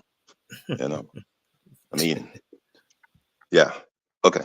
80% of what Stephen Petition Smith said is BS, man. It's BS, man. It's BS, man. Stephen Petition Smith just want attention. There's not a lot of topics to talk about now. NFL is not there yet. The finals is until like next week, Thursday. So, let me grab this topic. Let me pounce on Kawhi because he's easy to pounce on because he's not gonna say anything. You know, he said Kawhi is not marketing the NBA. How many of those superstars marketing the NBA? What? So Kawhi needs to have a social media and a podcast to market the NBA, right? Kawhi basically does almost the same thing those superstars do. He goes to games, other sports games. He's in the stands. I see other stars do that too. He sells his shoes. I see other stars doing that too. Maybe those other stars' shoes company have better PR than New Balance, right? So how is Kawhi not? If the NBA needed a role model as an NBA athlete, Kawhi would be the one. When he plays, he does everything that you want your player to do. So off the court, you don't have to worry about him. I mean, can we say the same thing about those marketable players? Okay. So I don't understand why the hate on Kawhi. He's not healthy. That's not his fault. He's not healthy. That happens to a lot of people. We just lost a player, Bill Walton. He couldn't stay healthy too. Mike Trout in baseball cannot stay healthy too. Why I don't see a segment about Mike Trout? Why is it Kawhi? I mean, It's because of we want Kawhi to talk, forcing Kawhi to talk. A lot of those old superstars never talk to. MJ didn't really talk. He only talked to his buddy, Ahmad Rashad. So does Stephen A. Smith wants to be the Ahmad Rashad for Kawhi? I mean, I don't understand the hate. That's all I have to say. Okay. Let me go to who Mac Jones. What's good, Mac? Congrats on with Dallas Mavericks making the finals. Yes, sir. Yes, sir. Hey, I just want to just chime in. I just seen Lou get paid. So, you know, I keep hearing you say y'all stuck. I actually think Lou is a good coach. I just think he's got to get put in a different. I'm sorry, yeah, it's raining out here in Dallas too. But I really feel like y'all got to get put in a different situation. So it's about load management.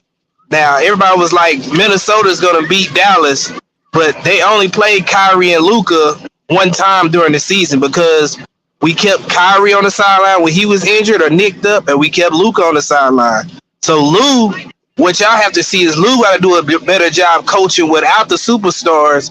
Just like, you know, if you playing Charlotte Hornets, if you playing San Antonio, you got to coach with your role players. Your role players got to play a part. So if you look at it, that's why PJ and DJJ and Gaff and all them are loving the chemistry, because when Luka or Kyrie was out, they got a chance to do the show, to do a showcase.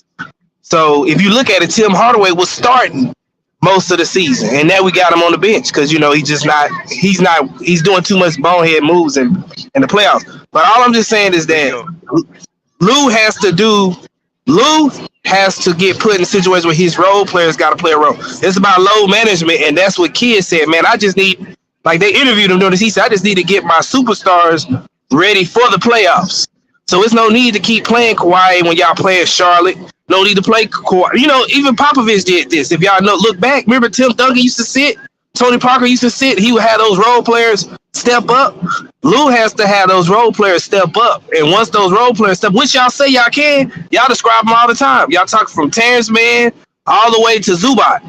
And that's what, like, I did agree with y'all. Game one, Zubac had what? 20 points, 20 rebounds damn near.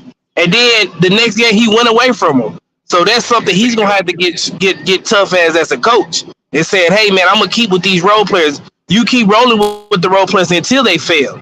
If you look at it, you'll see Josh Green have a good game. And then next game, let's say he missed 2 threes. And you see Kidd, he'll pull him out and then try Hardy. He'll try somebody else. He's going to try Dante. He's going to move around. If Rico missed 2 shots, he'll put in Lively. If Lolly's, you know what I'm saying? You got to rotate that. If somebody's having a bad game, you got to move them. I still think Lou a good coach. Is just like I said, he's got to get put in a situation where role players have to play better.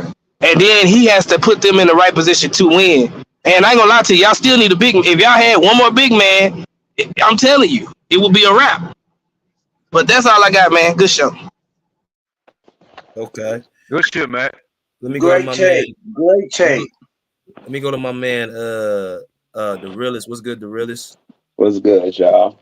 Hey, yeah, man, I really don't have much to say about Stephen A. You know, I remember you did a video after that interview on PG podcast. You know, I kind of said what I felt about Stephen A. You know, that's just a black dude that you really can't have in your circle. You know, I don't care what people say, man. Stephen A. He's on another level. You know, he's on another level, and he can't be trusted. But and it is personal. And it can be due to, you know what I'm saying, an interview, whatever, with his uncle. You know, we don't know, but it is personal. And like I say, Stephen A., he has a lot of power. I will give him that. He does have power, and he does let it be known that he got power. So, but with this Kawhi shit, I mean, it's like I said, man, earlier, you know, first round, I told people, man, I understand Clipper Nation, I understand. If y'all angry at Kawhi, if y'all want him to be, I understand to the fullest. Now, like I stated, this year I wasn't really invested. You know, I wasn't, because it's like I was expecting the worst. I was expecting the worst. And Kawhi coming off the bench, like me and JM and Monty and whoever else was on that stream, that live video the other day, that's kind of tough. That's really kind of tough because, like I say, it's like Monty said, you can get injured coming off the bench. I just think with Kawhi, man, he can't be the number one, but you do got to have a team that can put us in a nice spot throughout the season for the playoffs. Because even during this season, and Bruce kept on saying it, man, we relying on Kawhi too much. And I seen that shit. I seen that throughout the season. Like, you should have to play Kawhi going down the stretch against a damn Detroit team. I've been saying that. I've been saying that. I agree. It's like, you've seen this. Like, I didn't have a good feeling about it. And like I said, man, you know, it's kind of hard, you know, when you voice your opinion, motherfucker coming at you sideways, so you like, okay, you know, I'll fall in suit, you know, I'll fall in line, but man, I don't know what Kawhi, man. Like I said, with the knees, BJ, and everybody on him, man, it's gonna be tough, man. You really, like I said, the young guys, you got to play the young guys. That's true, but with these young guys and whoever else on the team, number 2 or number 3, will they be good enough to keep us afloat? No. Throughout the season? Because like I said, you got Houston, Memphis, you got all these young teams now, man, that's running, you know, that they playing big, man, throughout the season. Now, yeah, in the playoffs, they coming up short, but you know, that's where it's gonna be at, man. Kawhi, and I said this shit like say round 1, man. Kawhi can't be our number 1. Kawhi cannot be our number 1, man. Because like I said, them knees, man. So I wanna get some clarity here because I heard everybody's opinions and you got people who are split. Kawhi, we've seen him be injured 4 straight postseasons. We've seen him be injured when we low manage him. We've seen him be injured when we play him back-to-backs to get him in shape. We've seen him be injured when, you know, we thought everything was going good. I mean, I remember the really saying last year after that game 2 when everybody was feeling good and he saw Kawhi Leonard being out. And I don't know if the rest can correct me if I'm wrong, but you told me you couldn't even finish your workout when you saw that report. Yes, sir. Fucked up my whole workout, man. Okay, so the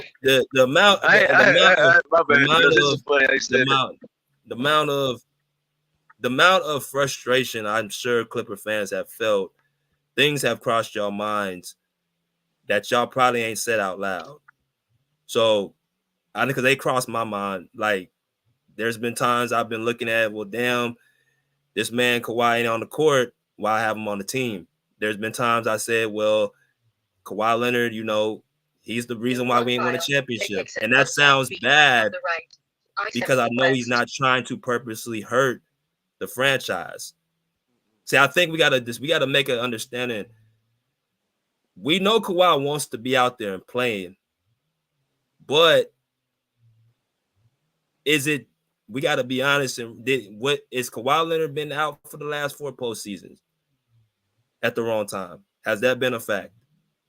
Yes. That's a fact. Yes. Has Kawhi Leonard, have we low managed Kawhi Leonard? He gets hurt. And we haven't low managed him, he gets hurt. Fact. Okay. Has Kawhi Leonard missed 15 of the last 19 postseasons in the last 4 years with the Clippers? Yes, fact. That's bad. That is bad. Has Kawhi Leonard at age 32 years old, has from 28 to 32 years old. Is that considered a prime that he has missed out with the Clippers wins a championship? No, not when you're an athlete. LeBron and Westbrook has proved that. If you in shape and you could do that, you could play as long as LeBron. So that is not a fact.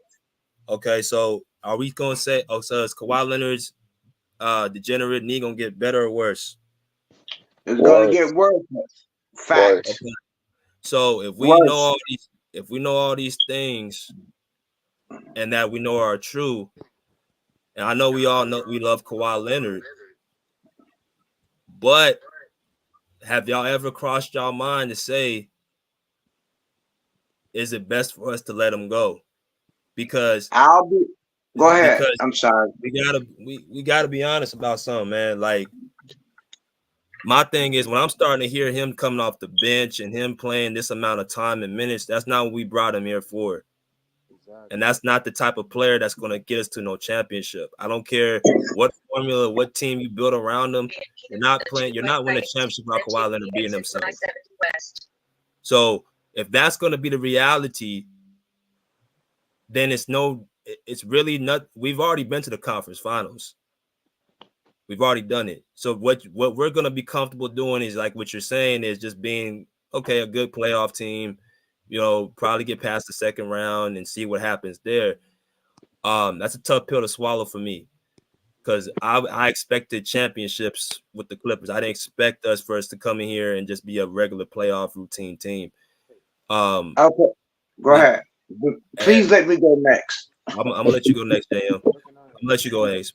I just think, again, I've had a few talks with myself saying I'm comfortable with Kawhi Leonard leaving the team or being traded. And it's not simply because I'm mad at Kawhi Leonard at all. I'm saying I'm looking at more like, if another and this has also been echoed too, another team can, magically, he all of a sudden starts being healthy with another medical staff for whatever reason, because the Clippers can't get it right.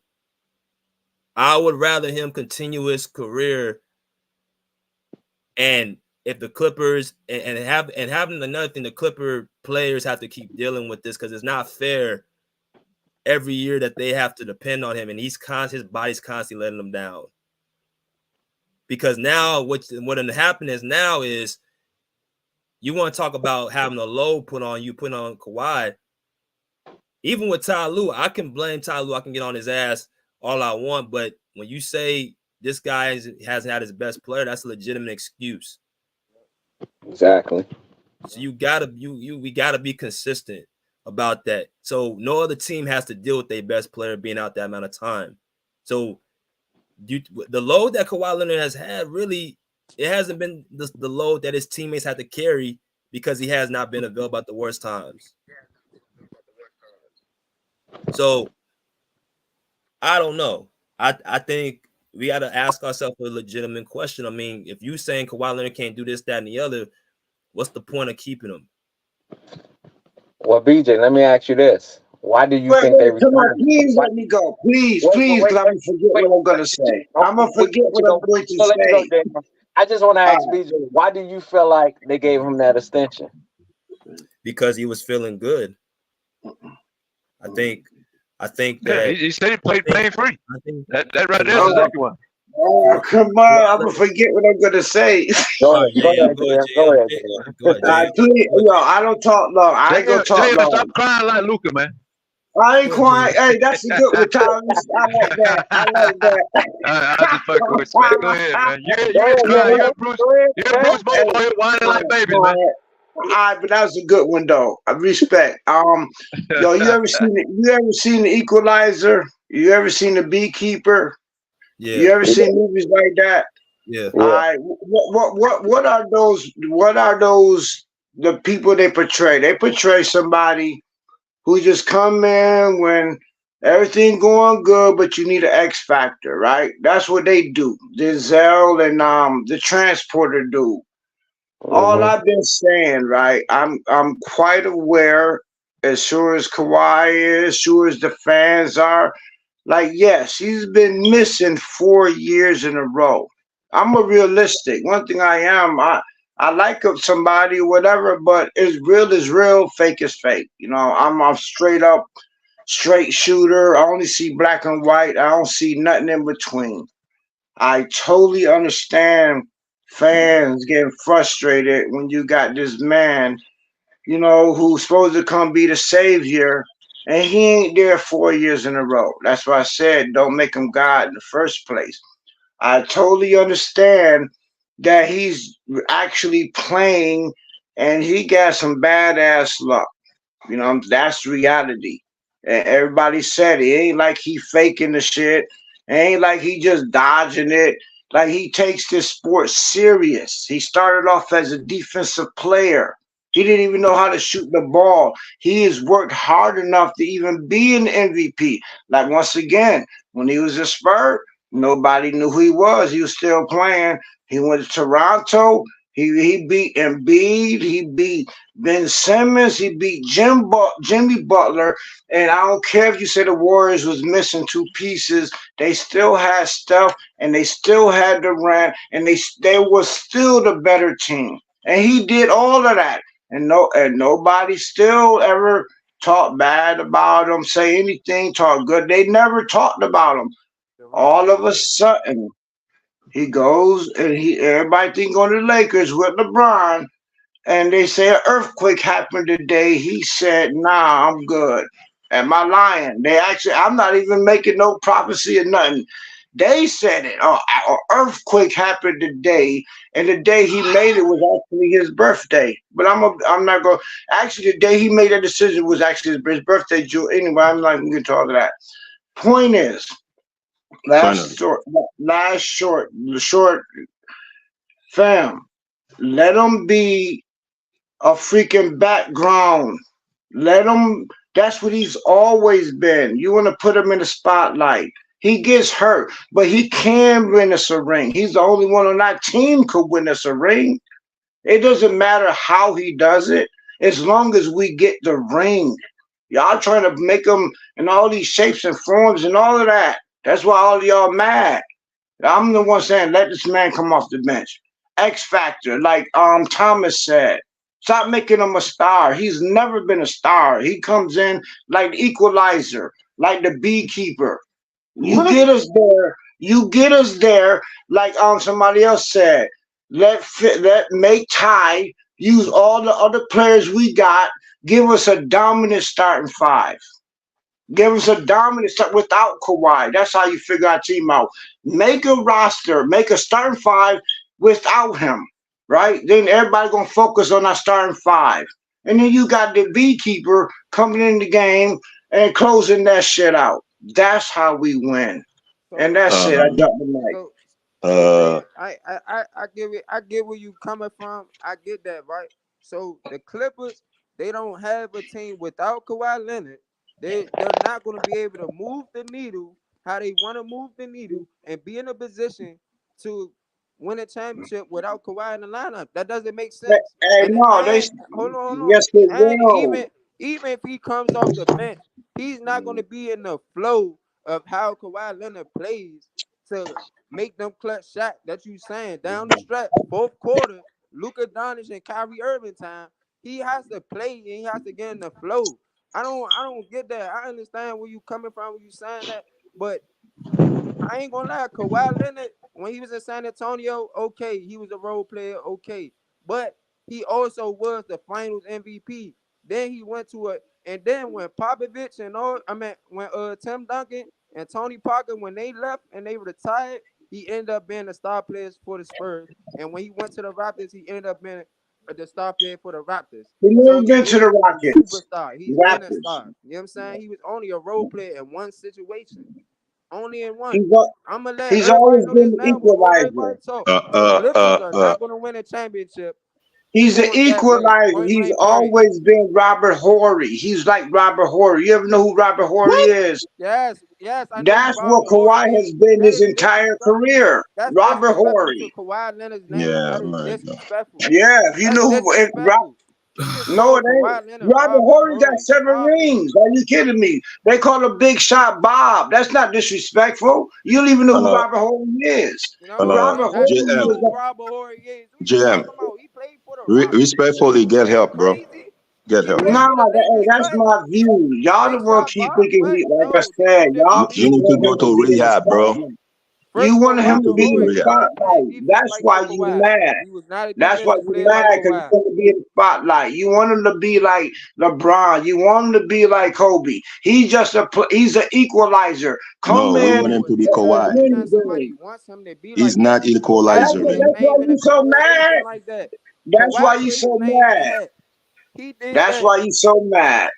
No, I ain't mad. I'm just man real. You talking about take him out the spotlight. He's the number 3 Right. option. Exactly. Exactly. Can't do that. And still Already a win. franchise player. That's the coach. That's why we got a coach, right? That's why we got 14 other players. Are you He's not kidding gonna be me? able to coach nobody up.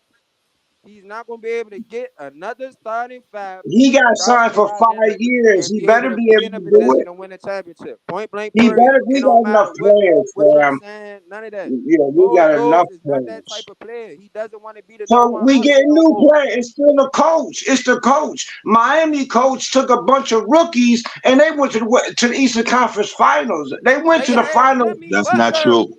Yes, they did. That's The not Heat true. had, man. The That's Heat not had. true. Oh my God! So who was on the Heat team? Who was the Heat team Oh when they my went to the God. finals? Who was the Heat? Man, I only said what I said. I'm not about to get into no debate about how I feel. You can feel how you want to, and y'all can argue by your damn selves. For I real. understand that, and what I said was to rebuttal what you're saying. That is not going to happen. That's your opinion. Without Kawhi Leonard Okay. on the floor, they're not going to be able to move the needle and be able to be in a position to win a championship. Point blank. Right, Period. It's not the you movie. said, This is real life. yeah, This because is the you NBA. worshiping one person, because you not made one person God, like I've been saying. We got 14 other players. Nobody We is got a making him team. God. That's Stop what you that. just Nobody did. is That's making why him you're so God. mad. Kawhi Leonard is a superstar. Point blank. Period. And he got to live Okay, up so to we it. got 14 other players in the NBA too. So they ain't got the right to feel like they're a superstar. We got 14 other players could say, hey, I'm a superstar. Are you kidding me? That's up So to let the me coaches. ask JM. Let me ask you a question, JM. That's cap. That's Let me nothing ask but a cap. question. Let me ask you a question, JM. So that's Yes, an sir. interesting point JM said was, why should we not? We have 14 other players that can contribute too. So this is where I think it kind of gets a little bit confusing because, okay, first game against the Mavericks, we didn't have Kawhi Leonard on the court, right? We didn't have Kawhi Leonard on the court. We won the game not by a little, but pretty decisively. And we beat the Mavericks fully healthy. So that proves we have a team. And I thought the Clippers felt they could win that series without Kawhi. Right. But I think this is where the emotional roller coaster comes in.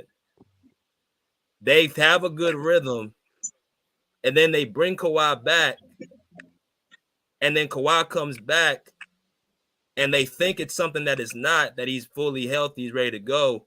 Right. Game 2 happens, they lose with Kawhi, and then game 3 happens, they lose with Kawhi. Right. And then they get game 4, Kawhi doesn't play. Right. They have to go and win with game 4. But the problem, I think, this is what I think Monty's saying too. That's what I'm saying. The emotional roller coaster is just, it comes off a little bit too much, man. And sometimes it's just a rock. It's like Bruce said, I think the last way he put it, he said the Clippers kind of exert domestic abuse traits. They want to keep changing something to something better, and they just keep getting their heart broken. I call it. Go ahead. I'm sorry. I'm sorry. No, you good. But what I'm saying is the emotional roller coaster with Kawhi's injuries, and we've tried every single thing. It's leaning towards that is more so detrimental, and you have to kind of think about it in your head. Have you ever thought to yourself, maybe enough is enough, that you have to pull the plug? Nah, for sure. I would say change is hard. To change is hard. That's what I say. People scared to change. That's why my idea sounds so crazy, right? Because it's a whole nother concept. Change is incredibly hard to do. You get used to a pattern and you try to repeat the same pattern and you bump your head because it has never worked. If it doesn't work on the first 2 times, from then on it's not going to work. So we've been bumping our head on a philosophy. I'll be done. We've been bumping our head, actually, Ty Lue, for 4 years. Like, it's deeper than just one player. Like I've never said we should rely on one player because it takes away from team. Team means team. One player means ISO. We've been doing that. We got 4 players, SARS, Hall of Famers, mind you. All of them Hall of Fame. PG is definitely going to be a Hall of Famer regardless, right? His record, he's going to be there. So we got 4 people, well, actually 3, that are only good at ISO. That's all they know. So you put Kawhi with 3 ISO players. Kawhi the only one who know how to pass the ball. Ain't nobody cutting a slash into the freaking rim. Harden, the only thing he does is come and alley-oop the freaking zoo. And then if you take that out, but anyway, because like it's a deeper level of knowledge of basketball. BJ got it. It's other factors than just putting freaking scores. You can't even do that on PlayStation. If you can't do this shit on try doing what y'all talking about doing. Play PlayStation. Play the NBA 2K and come back and tell me, do you freaking win? That's all. That's the only way I can explain it. Y'all trying to make one man overcome a bad system, right? It is a bad teammates that don't fit how you win basketball. You can't win with a center and 4 guards. You cannot do it. But we've been doing it, but see, nobody can look at that level. You just like, oh, Kawhi is hurt. You think Kawhi being hurt? So if Kawhi was healthy, do you actually think we would have won? Yes. How? No, it'd have been the same fucking outcome. Yes. And that's it. I dropped the mic. I dropped the mic. Out of Mavs, let me ask you a question. Out of Mavs in the finals right now without Luka Doncic or Kyrie Irving? This answer. Yes. Both of them are not. No, fuck no. No, they're not. No, they're not. They scored. Yes. They in there because of like I'm telling you why they no. Kyrie has had bad games. Luka has had bad games. They got other role players. They got Gafford. They got. Can you please tell this man? The Mavs are not in the finals. They're not in there because of Kyrie and them. They're in there because of the role players. This is what I'm trying to tell y'all. JM, this is Monty. This is what I'm trying to tell y'all. You have to excuse all y'all. All y'all have good points. He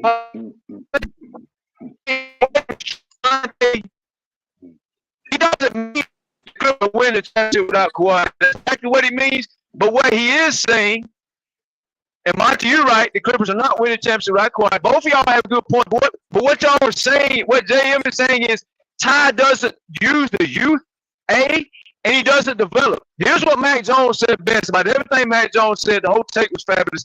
But what he said that made the most sense to what all y'all, what JM is trying to say, he's just saying it wrong. He's got the right ideas, just saying it the wrong way.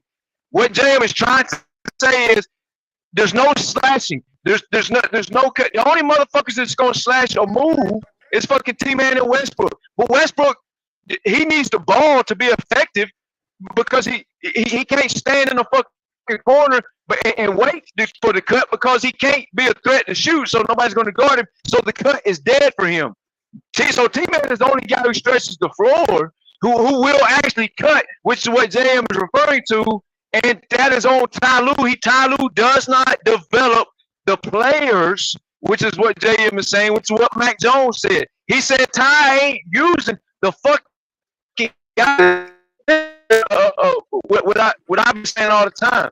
People are like, well, you can't win without Kawhi. Well, Mac Jones is trying to tell y'all, yes, you can.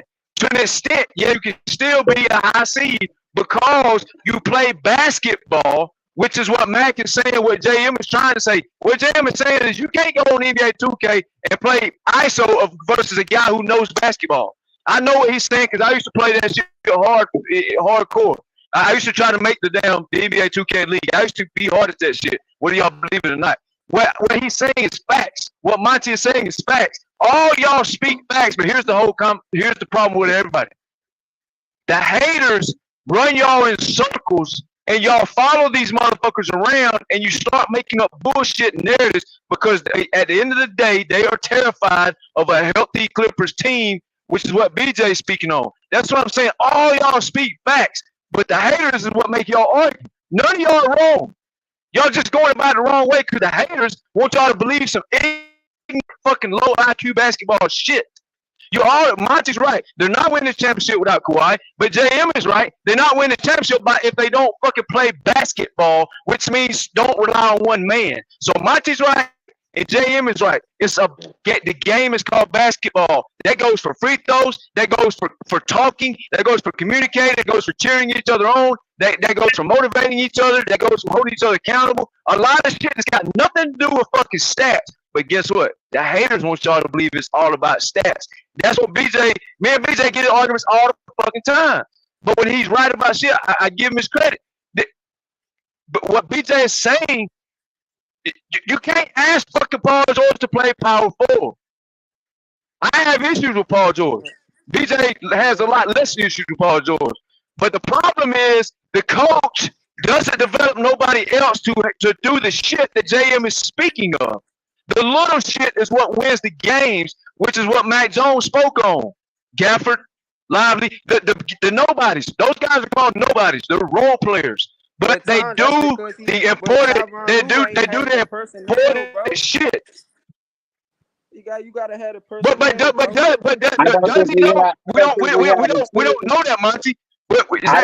That's what I'm saying, Monty. You're right. You're right, and JM is right. Hold on, JM. Let me. But both Monty's saying, well, we don't. But Monty, you have to realize you're right about what you're saying. But JM is right because Ty don't put. That's what Mac Jones just told all y'all. If y'all not gonna listen to BJ, if you're not gonna listen to Monty, if you're not gonna listen to Thomas, if you're not gonna listen to the Realist, if you're not gonna listen to Mark, if you ain't gonna listen to nobody else, you gotta listen to an honest outsider when it comes to the Clippers team. The Ty Lue refuses. Monty, you said he don't have the personnel. That's okay. Well, we had two instances where Kobe Bryant was playing good basketball and got benched. Monty. I'm sorry. Busy Bones. Whatever the hell they call him his nickname. That son of a bitch, Monty, was outplaying the entire Clipper bench. Young guy. That son of a bitch. That son of a bitch was balling. Hold on, that son of a bitch was balling, and Ty Lue publicly went into a press conference, which also is a no-no. You never discuss shit like that, especially with a young lad, right? You don't call out a young lad in front of public. He publicly bitched Bones, who was actually outplaying Powell and it wasn't even close. He was blowing Powell's production completely out of the waters. So yes, he had production. He chose not to use it, which is what Mac Jones was telling you, what JM is telling you. And Monty, not to show I'm not against you, you're absolutely right. The Clippers are not winning. However, they still can be a high seed without fucking Kawhi being the de facto number one. If Ty Lue would stop playing Terrence Mann 20 minutes, if he would stop watching Coffee, that's another guy, Monty. Coffee started in the lineup. That son of a bitch has 17 points at halftime, Monty. He never played again. He only played 20 minutes the whole game, and he led the whole team in scoring. But Ty Lue decides. But Ty Lue. But hold on. Ty Lue decides to bench Coffee because he's in fucking love with old people on their last leg. He wanted to play Powell. He wanted to play Harden, and he wanted to play Westbrook. When Coffee was outplaying all of them. Just like when Bones was out playing Powell, he publicly benched him on purpose because he's in love with Powell, which is what BJ has more points. You see how I'm using all of y'all's points? BJ has a great point. You got to take Ty Lue's flaws away from him, and that means taking motherfuckers. That's why I said go get all defenders because we're still going to score the fucking ball. I was on his panel the other day telling BJ, Terrence Mann, he watches this dude play. I do too. Terrence Mann can score 20 points a game if he gets the fucking ball and plays 40 minutes. Kofi can score 20 points if he gets the ball and play. But Ty Lue refuses. So yes, he has the personnel and he does not use it, Monty. But you're absolutely right. Now, I'll let you go. I get that. I get that. What I'm saying is, I get that. I understand that. Kofi, I like him. Terrence Mann, Zubac, yes, I like them guys. Brandon Boston, Kobe Brown. Do I think yes?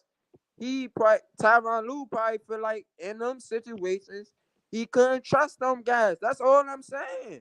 That's all I'm saying. This the thing. For me, this the thing. That's a flaw, though. He's got to let him play to get better. Because at the end of the day, we're going to be a 4 or 5 seed regardless. We have the talent to be a 4 or 5 seed regardless. I don't think. But the difference. Go ahead, man. But the difference is, though, for me. We will if we play defense. We absolutely will. But the difference is for me is though, like when you were talking about the Mavericks, it's a lot of teams out here.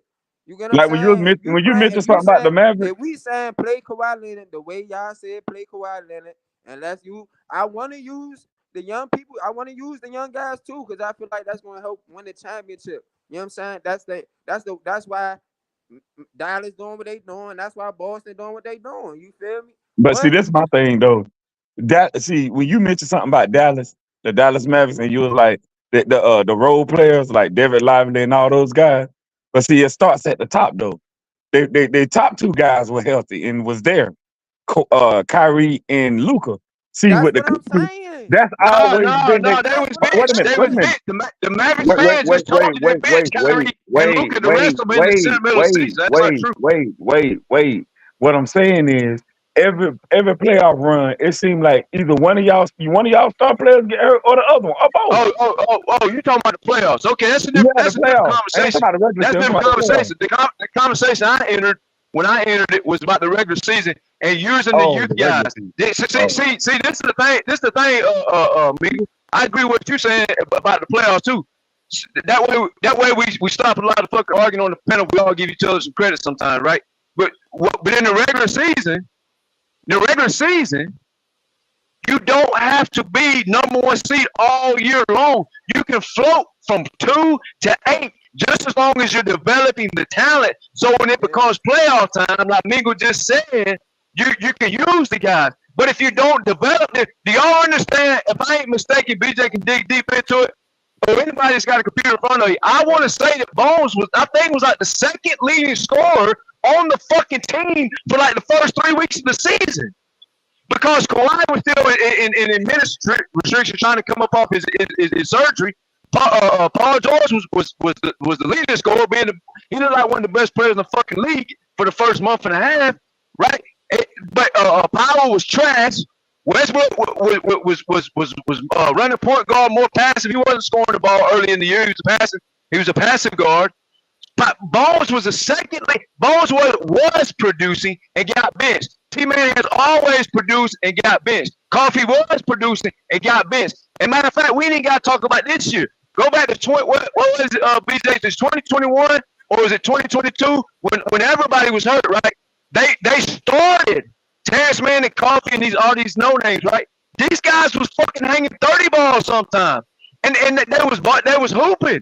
So they already showed you 2 years ago they got the talent. So to say Ty Lue don't have the talent is plain blasphemy and it's insanity because he absolutely has the talent. We saw this years ago before this year, and he still refuses to use them because he has that Doc Rivers mindset.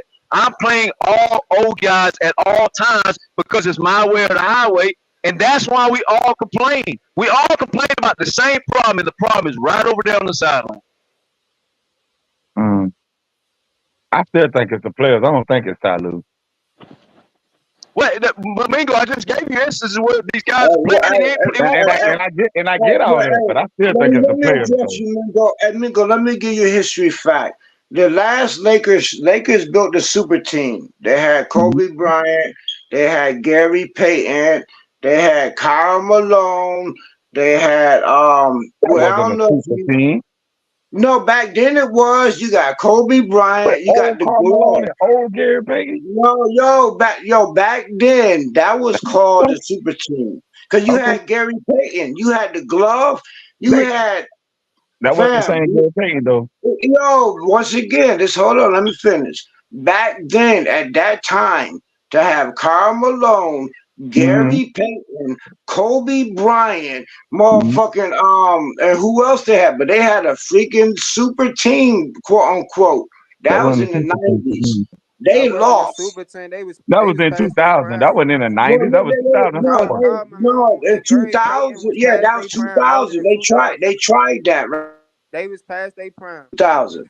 They tried that shit. So my point is, only point I'm trying to make is like what Ty Lue tried to do with our team.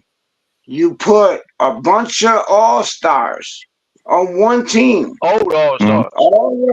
That shit is not going to work.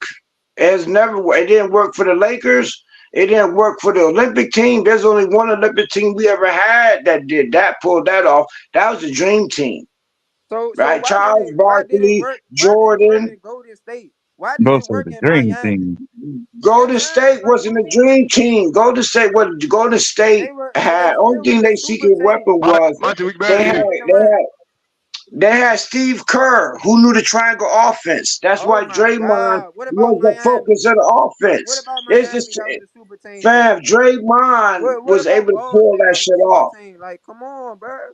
The when Lakers pulled that shit off, that was nobody didn't really think about super team back then. That was before the Celtics with Kevin Garnett, Paul Pierce, Rondo. See, that was Rondo. They won a championship. Yeah, super team. My point is, they was the first super teams. Lakers tried to do it. It didn't work. Clippers, Ty tried to do it. You got 4 superstars together. You think that's going to work? Let me just go get 4. It doesn't work. And I'm going to close the mic. I can prove it. You ain't got to argue about me. Try to play it on PlayStation. They didn't have 4 superstars, bro. No.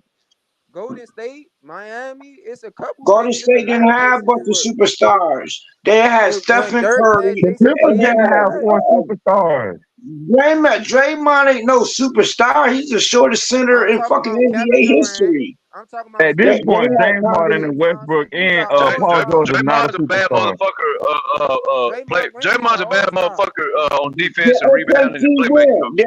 But the Clippers didn't have. Hold on now. The Clippers didn't have 4 superstars. Is all I'm saying.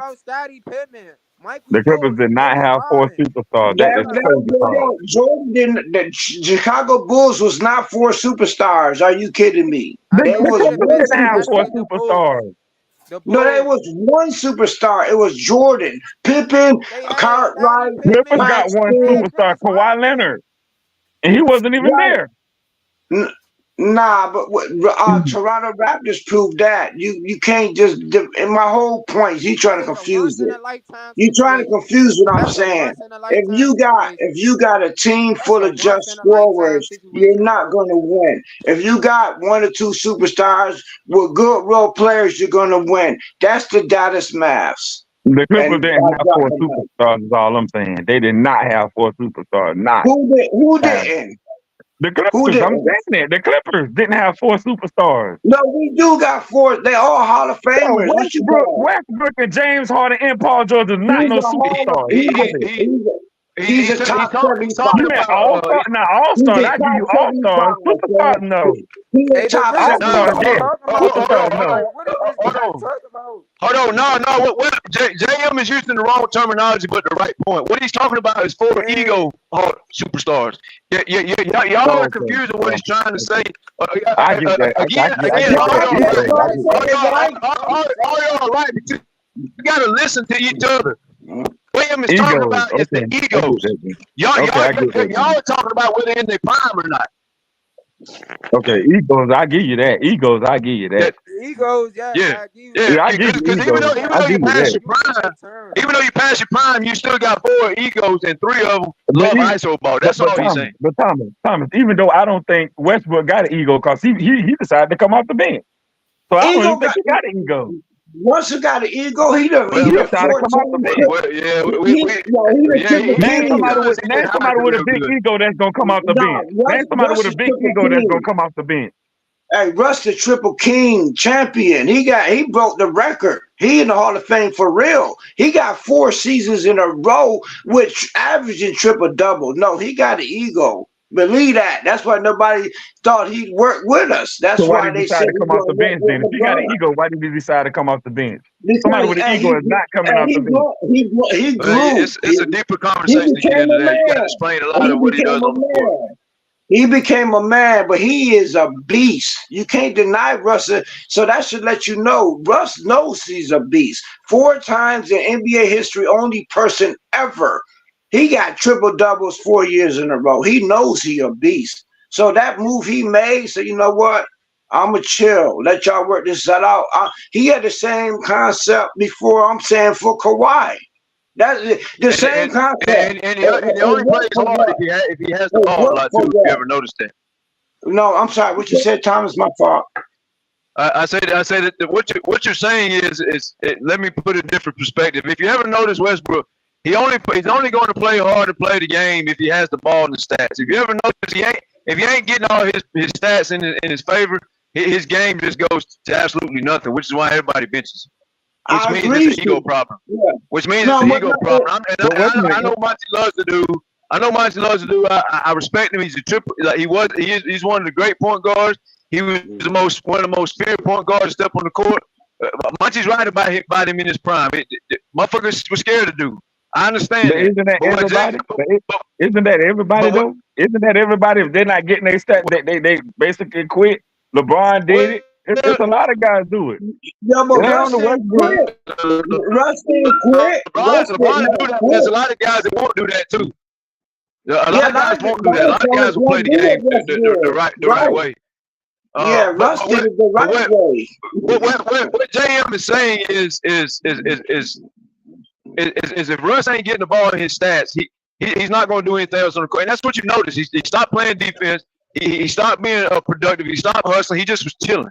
And because he didn't get his way, and that's what JM is saying. So, it wasn't. No. I didn't say that. No, he didn't. That's not what happened. What happened was. But that's why he acts how he acts.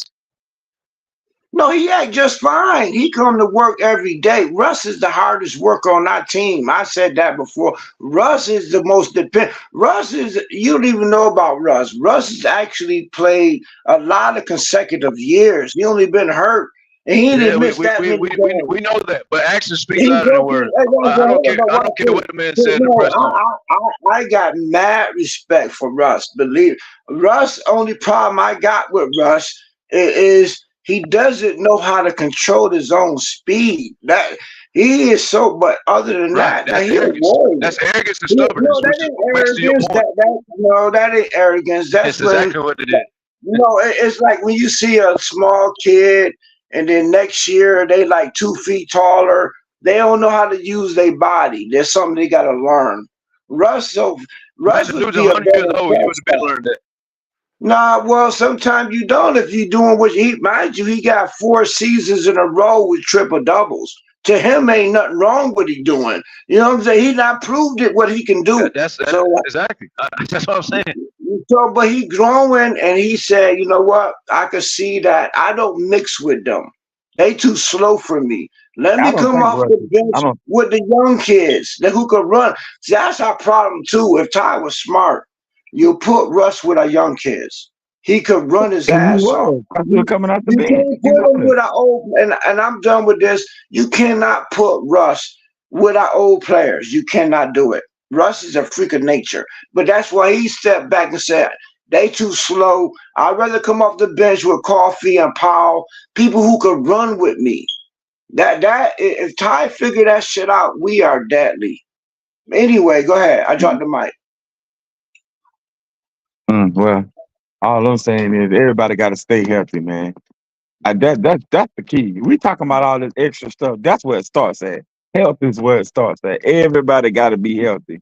But all the way through the playoffs, not 2 or 3 games, and they go out And we all the got way through the 14 other playoffs. players, fam. We got 14. No, If that shit was the case, you're right about that. no, You're right about the playoffs. if one player get hurt, But what they was if talking one about player was get getting hurt to the and play, we getting through the lose, regular that's season. not no mentality, fam. What kind of mentality is that? So you trying to say if one player get hurt, then we automatically lose? So every year we got to depend on somebody that we know going to get hurt. We got 14 other players ready to earn their check. That's a terrible way to coach you, what you saying. Bro, they playing them, but it ain't doing no good. All the Damn, you got to listen to what he said. Mingo's talking about winning the championship, which means late in the playoffs. Yeah, what you're talking about is over 100 games. You only talking about Kawhi. No, what he's saying is no team wins championships when the best players are out and unhealthy. Yes, What you're saying is, yes, they do. No, they don't. Jay. No, they don't. But I understand y'all philosophy. Okay, JM, name one team that won a championship without their star players. 1 or 2. How many ever they had? That's y'all are bad coaches. I'm asking you a question. JM, name one team that won a championship without their 2 best players or 3 best. How many ever players they had? 1 best player, whatever. Name one team that won a championship. I'm about to do it right now. How many stars Spurs had? How many stars Dallas had when they won? Hello. Dirk wasn't out. They wasn't out. I said their best player out. I'm not saying the team. I said their best player out. Dirk wasn't out and Duncan wasn't out. So Dirk always start good and get crazy, bro. So Dirk won by himself.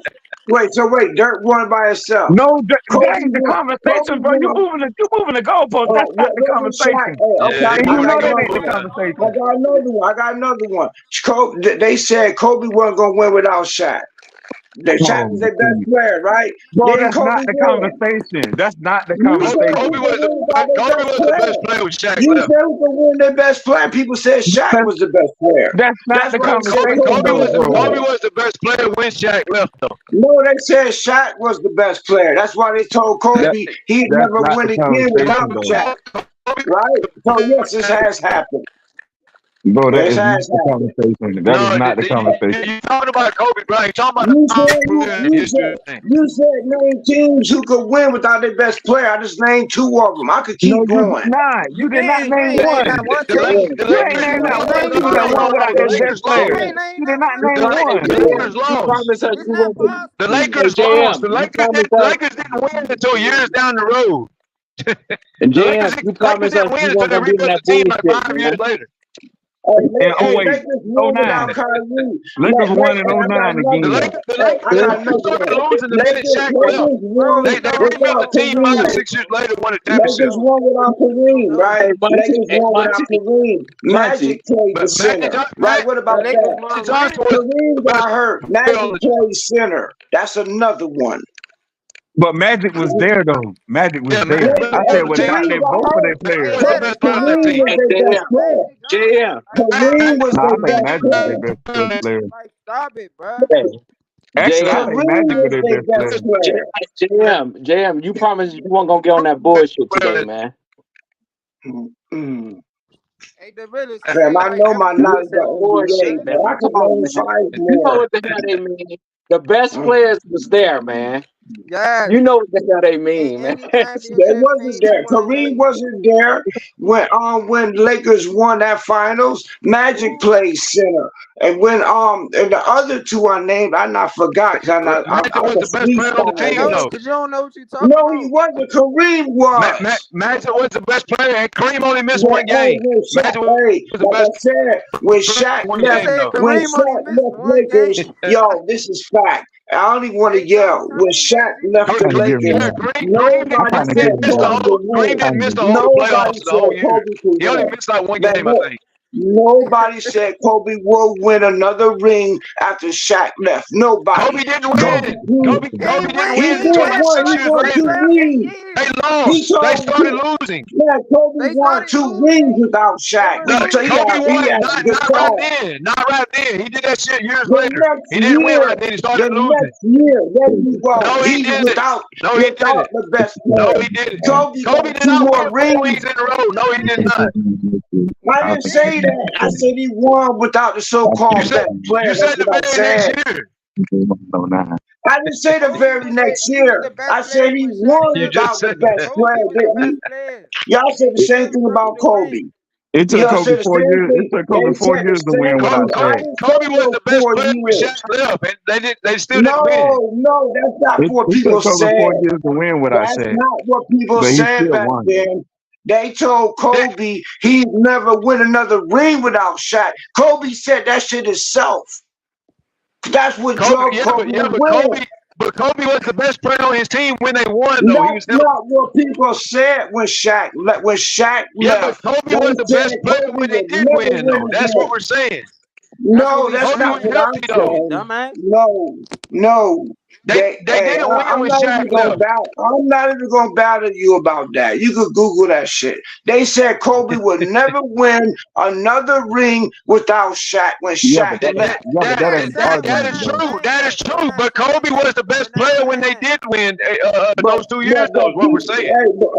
But people said Shaq was the best player. That's why they said Kobe would never win. Hello. Yeah, but we're talking about the other 2 rings was like 6, 7 years later when Kobe was the best player and he was healthy. That's what we're saying. 2 years later. It was on 4 years later. It was on 4 years later. Yeah, I said about. I said about. Stop it. Don't be so damn technical. Listen to what people saying. When they won, they had the best player, which was Kobe. When they did win, those 2 years, Kobe was healthy. That's not my point. My point is, you said that teams hasn't won without their best player. I said this has happened. Teams has won without their best player. Shaq wasn't a part of the Lakers. Shaq was a part of the Heat I'm and the not Cavs. going that far. I'm not going down that far. I'm not even going to do that. I just proved it did. All I know, not Kawhi. You're confused about what we're saying. You're right about what you're saying. I'm not confused at all. The Lakers did not win. Wait, everybody can't talk at one at a time. I can't even hear what nobody's saying. Everybody talking at one. You just sound like a crowd of people just talking. All I know, Kyrie about to get a ring without LeBron. So there you go. That's another one. I'm sorry, mad after this shit. You talking about that's another one? He got they gonna be big mad after this shit. So the Mavs are healthy though. If they win the championship, their star players healthy. That's all we're saying. They ain't got the king though. Kyrie ain't got the king though. The king ain't. LeBron is 4 and 6, so he ain't a fucking king. He's a fucking loser, and he's not on the Mavs. The Mavs have the 2 best players right now as we speak. Kyrie proving that he never needed the king in the. Kyrie proving right now he won that Cavs ring. He about to bring Luke that ring. Yes, he is. I'm not a LeBron fan, but that's correct. What we're saying is the Mavs are healthy. It's not nothing to do with LeBron. Stop changing the subject to LeBron. The point is the Mavericks are healthy. The Mavericks are healthy. That's why they're winning. The Boston star players are healthy. That's why they're winning. That's all we're saying. Kyrie's proven that he never needed the king. He won that ring by his damn self. He wasn't winning. That's what he. Nah, a lot of people. Nah, don't start that. A lot of people, you know what your darn self. That's a whole different conversation, though, Dave. That's a whole different conversation. No, it's the same conversation. Once again, the best player. The Mavs are healthy. The Mavs are healthy. Kyrie was actually the man.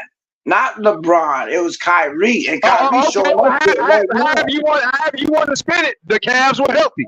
You pick whichever player you want to pick, the Cavs are still healthy. He was the greatest basketball player ever, LeBron. That's who. Nah, Kyrie did that. LeBron ain't won nothing without Kyrie.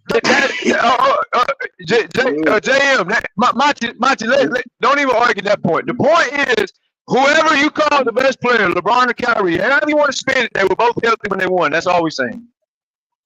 Kyrie's still the best player. Kyrie winning the ring right now. Okay, What LeBron well, doing? that's What a LeBron different doing with conversation, AD? JM. LeBron That's a got different AD. conversation, JM. Yeah, you kidding me? Kyrie the man. Okay, that's cool, but that's a different conversation. All we're saying is when the Cavs won, the best player was healthy. When the Mavericks won, or when the Mavericks got to the finals, the best player is healthy. That's all we're saying. When Kobe and Gasol won, the best player was healthy. When Kobe and Shaq won, the best player was healthy. That's all we're saying. Good. Kyrie's still the man. What's your point? That is healthy. What's the point? Hey, I'll let you argue that. I'll let you argue that with Monty. I'll let you argue that with Monty.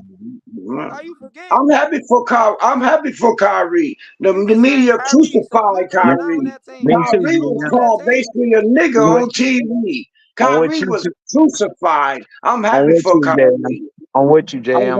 I'm happy for Kyrie. I'm happy for Kyrie too, man. Because he was on one of the worst. Hey, Monty, turn your microphone up. We hear you, but it's hard to hear you. I said he was on one of the worst teams. You know what I'm saying? He was on one of the worst teams in the history. That's why he was getting crucified. You feel? Hey, but hey, he's changing the narrative now. JM, even though they're gonna give Luka all the credit,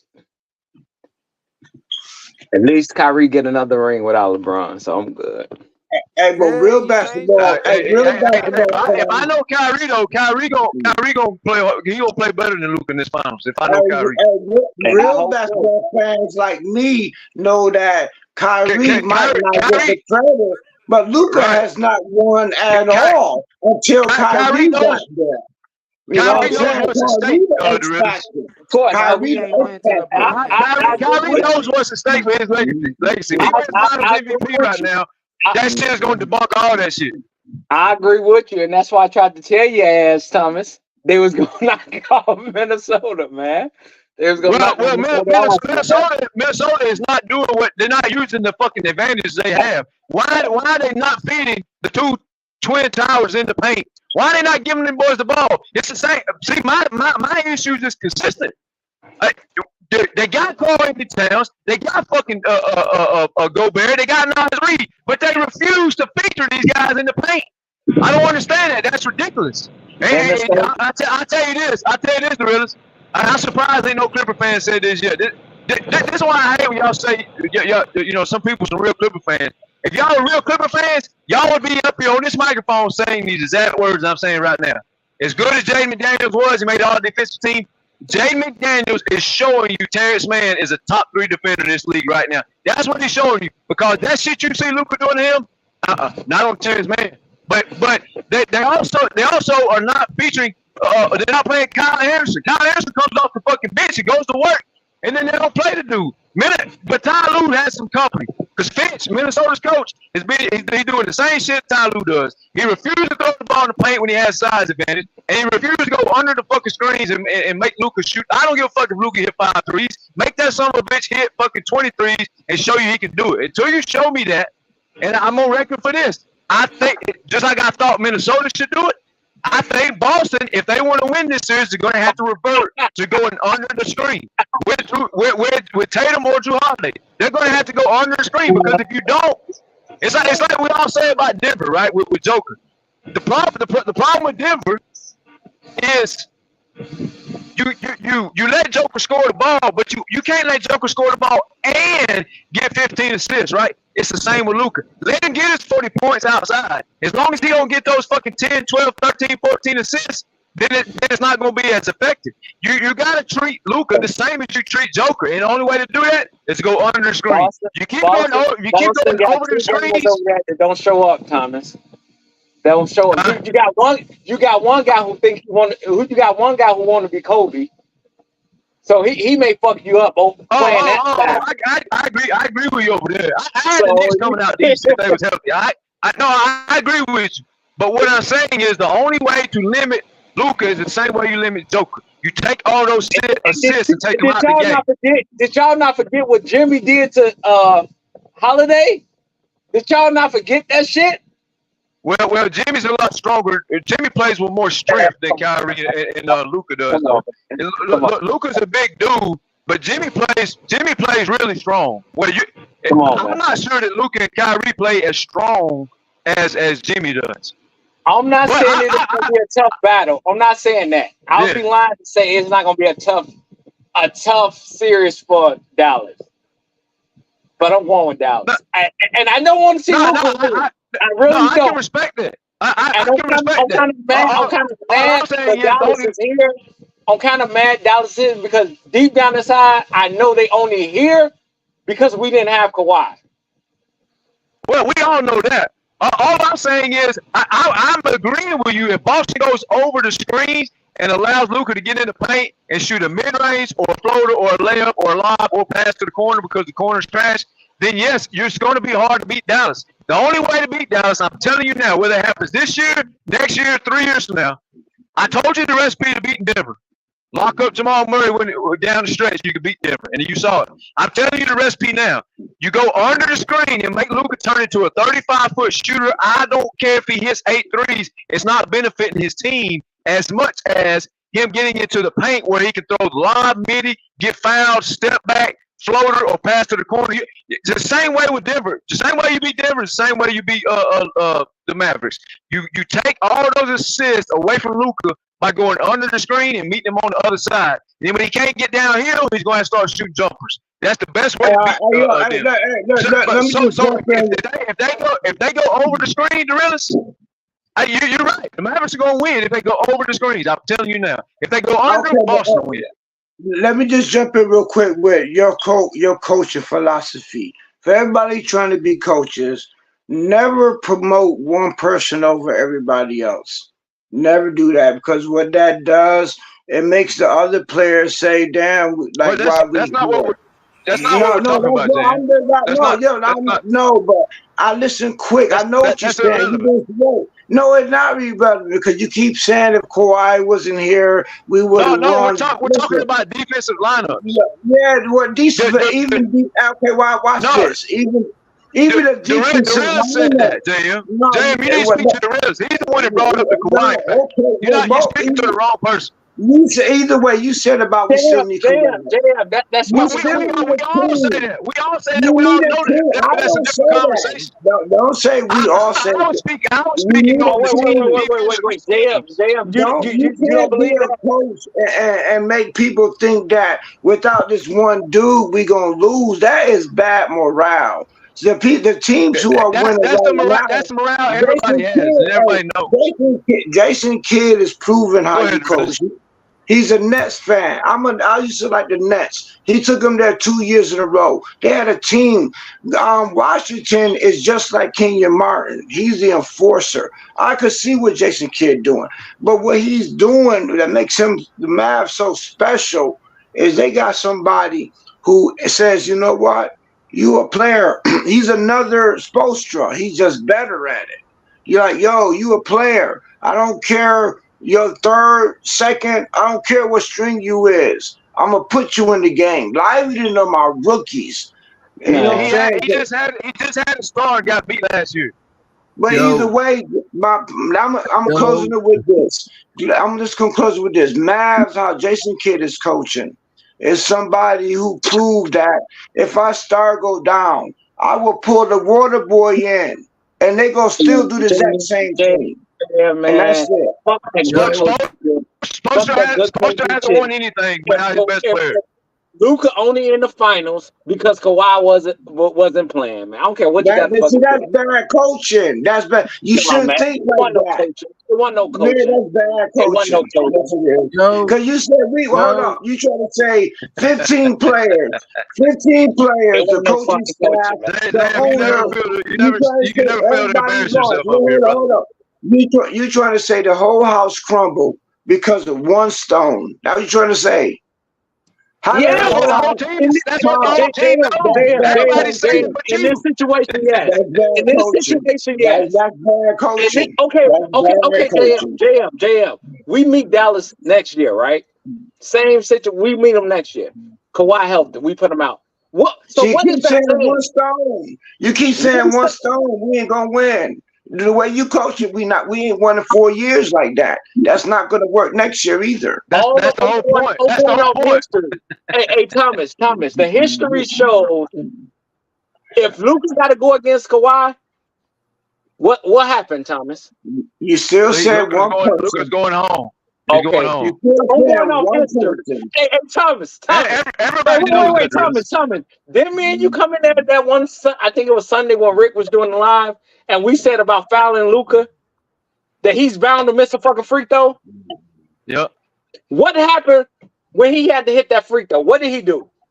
He bricked that something. Okay, then. So we can go off history. We go off history, man.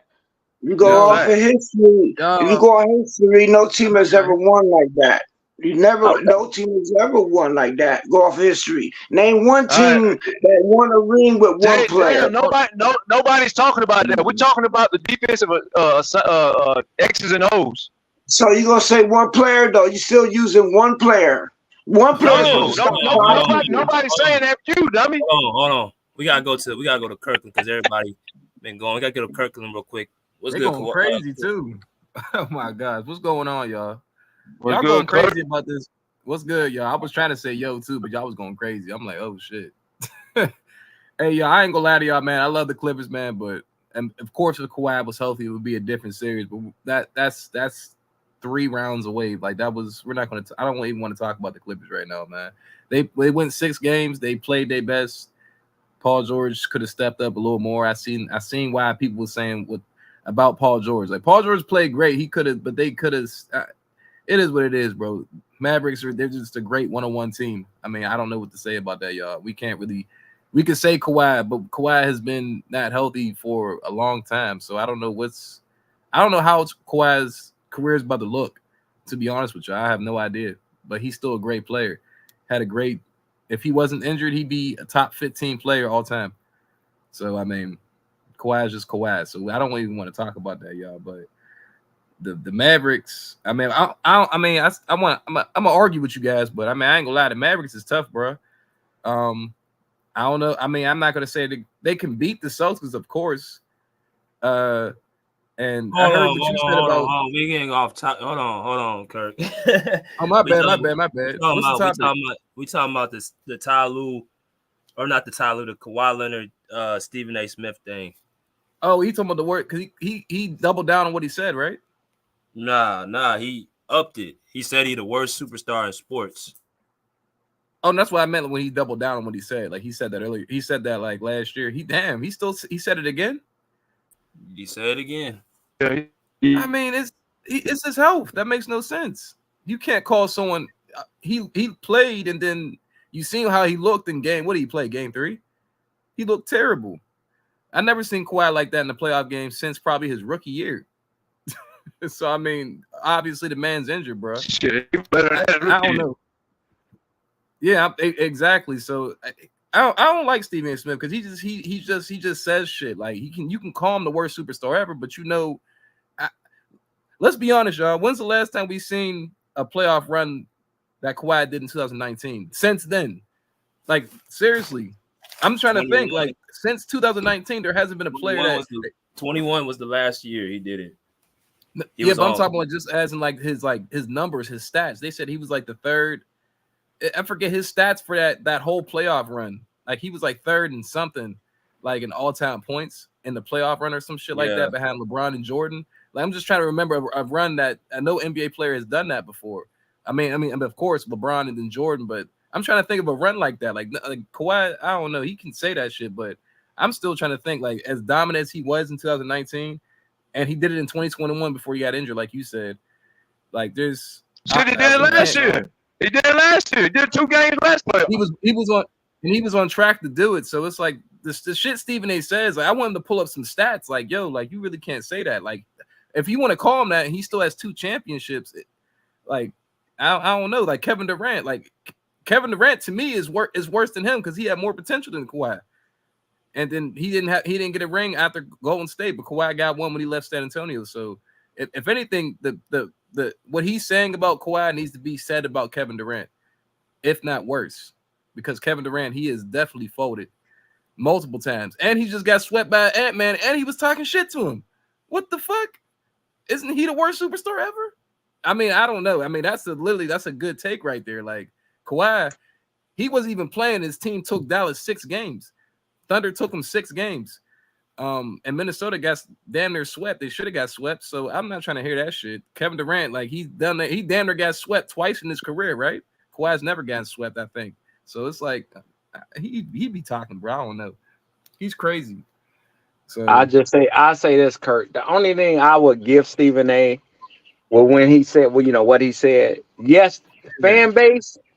Yes, they should be mad. Of course. Yes, I give them that. Yes, as if you're rooting for this team, yes, you should be mad. But all that extra, see, Stephen A. He's a company guy, and he felt like, and you know, BJ said that. I see, I'm the type. If I work hard, I'm not expecting you to work hard. Just because I work hard don't mean you got to work hard. And see, that's how Stephen A. Banks, and he even said it. He said, yes, I am jealous. And see, that's really what it is. See, Stephen A. do all that work, and he ain't even the highest paid at ESPN. Now, ain't that a bit? You do all this work, and you ain't even the highest paid there. So, like I say, man, it's personal. It is personal. He can lie about it, saying, "Oh, you know, it's just no, man. It's personal." And if you had to guess, more than likely, either he got into it with his uncle probably over an interview or whatever. And like I said, Stephen A. does have power, so he gonna talk shit. Because, like I said, what the hell you bringing up Kawhi? What did you bringing up Kawhi about? You lost 3 rounds ago. Why the hell you talk? Exactly, I agree with you. And you can throw Russell Westbrook in there. Let's be honest. Kawhi is winning because Kawhi ain't saying nothing. So, and that bothers Stephen A. It makes no sense though. But Stephen A. He's just like you just say, he's hurt that, of course, because he likes Kawhi's game so much that he's not playing. So he's gonna call him the worst superstar ever. You can call Russell Westbrook one of the worst superstars ever too. Like you can literally call Kevin Durant and Russell Westbrook one of the worst superstars ever. He has gotten triple doubles and hasn't won anything. And especially when Kevin Durant left, his career went kind of down. So we can talk about multiple players and call them the worst superstar ever. You can throw Alvin Iverson in there too. Quiet as kept too. It's like, come on, bro. I'm not about to play that game with him. He makes no sense. We can name a lot of players. T-Mac, if you want to call him a superstar. Y'all missing the worst one. The worst one was hurt as much or more than damn Kawhi was. Actually, it was 2 of them. It was Greg Oden was getting all the hype in the world, and Grant Hill too. Well, I would say that, but Grant Hill, like them injuries was early too, so it's kind of hard. Like I want to talk about players that actually had a chance, and then see Grant Hill and Penny Hardaway didn't really have like a chance. Like they did, and then they kind of just like those careers. Yeah, I forgot about Penny Hardaway is another. Well, Penny Hardaway, Penny Hardaway, Brandon Roy. There's a lot of players that just come out here superstars and just be going missing. Like Kawhi still trying to fight through the shit. All these other players hung the shit up. Exactly, and that's the thing. Like Kawhi, where's the credit? Where's the credit for fighting through it? Because if he didn't fight through it and he quit, then you'd be out here calling him a quitter. Exactly. And Thomas, that's the only reason why he played game 2. Kawhi and the fucking staff knew he couldn't go. They knew clearly. But Kawhi forced their hands. See, and that's why I tried to tell people. These motherfuckers listen. Me deep down inside, Kawhi probably may not have an IG or whatever, but this dude know what's going on out there. He hear the shit, man. Of course he does. So he came and played game 2, knowing he shouldn't have played the shit. Because you seen I think he tried though. I think he probably felt good. Yeah, it's the same OJ Anunoby. OJ Anunoby couldn't even run up the fucking court, and the dude went 2 for 2 out the gate. And then they had to take him out because he couldn't play, but he got out there and tried the shit. That's my biggest thing. See, that's a game 7. So yeah, you gonna like fuck it, game 7. I'm gonna give it a shot. Kawhi knew he couldn't play though, man. That's true. I think Kawhi tried though, but you can kind of tell obviously when he was playing, he was like, damn, he was trying to go up and down the court. You can tell. Can't do it. Like, I can't do it, but he well, it flared back up. It flared back up after game 2. Remember, they had it down, and then it went back up as soon as he got on the court. And right after the game, it flared back up. I think they had the information. All of that shit is bullshit. I think all of that shit is bullshit, man. This is why, because he looked as bad as he looked in game 3. He still looked. No, listen what I'm saying. No, but you gotta look at both games. He looked. Now he didn't look great in game 2, but he looked 10 times better in game 2 than he did in game 3. But he still wasn't the same. But the difference of the gameplay was quite noticeable between 2 and 3. He did play 2 games. I don't think. I mean, for real, and I thought about that too. I'm like, okay, I remember an interview Lawrence Frank they was asking about before the series started. Okay, how you know if Kawhi's ready or not, and will the knee flare up again if he gets out there? And he said, I don't think it will flare up again. I think once it's down, it's down. So how do you play and then it flares back up with like nah, man, I ain't believing it.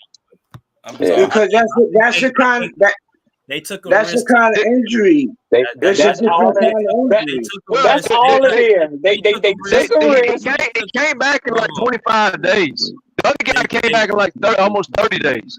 He had enough time. He had enough time to get that inflammation down. So to me, in my opinion, that inflammation wasn't all the way down. It wasn't. It was still there. It was still there. Yeah. And Kawhi and BJ, but it was better in game 2 than it was in game 3. They didn't want to play him. They didn't want to play because James Harden already went in that set. We knew he wasn't playing. He said that. He said we know. So they didn't want to play him. Kawhi forced them to play him, right? And then they told him, man, you cannot play. You cannot play. And like I said, we got too much invested in your ass. And let's be honest. Why they re-signed him? He was probably healthy throughout the season, but the Clipper organization know who else they gonna go out there and get for a chance to win a championship. So right now, they banking on hope. They hoping Kawhi can be healthy and he's for the 32 playoffs. years old. He's not old. No, we're not hoping on Kawhi. Okay, Jay. We're going to get other players. Okay, Jay. We're going to get other players, right? That's what we're looking at. They banking on Kawhi being healthy. They hoping. Okay, next year is going to be healthy. That shit is over. No, we're not change your title to JM number 13. You don't like that. You don't like number 2. That's why. Okay, you don't like number 2. Why you think that? Talking about the injury, you're crying. You're crying about your point. He ain't talking about your point. No. We're not banking on Kawhi. We're not banking on Paul George. We're not banking on Harden. That's why they are expendable. They're talking about banking on a fucking kneecap. They're not talking about what you're talking about. They're talking about getting injured. That's right. They're talking about getting injured, man. They're talking about him getting injured, JM. These guys can't even talk about you in the rest of them. They're not talking about that. Hey, listen, don't worry about Kawhi. Real shit. Worry about the motherfuckers who ain't going to be here next season. Y'all worried about the wrong shit. You can't tell them what to talk about. You can't tell them what the fuck to talk about. The fuck. Oh yeah. All I'm saying is you worried about the wrong thing. Kawhi here. We're going to get new players. Now ask PG, Harden, and Russell. Okay, so you the new host of the show. They be here. You should be talking about. Yo, we rebuilding right now. I said that the end of the last season, we about to rebuild. We rebuilding. We getting new players. We letting go. Where's done then? Where's the rap then?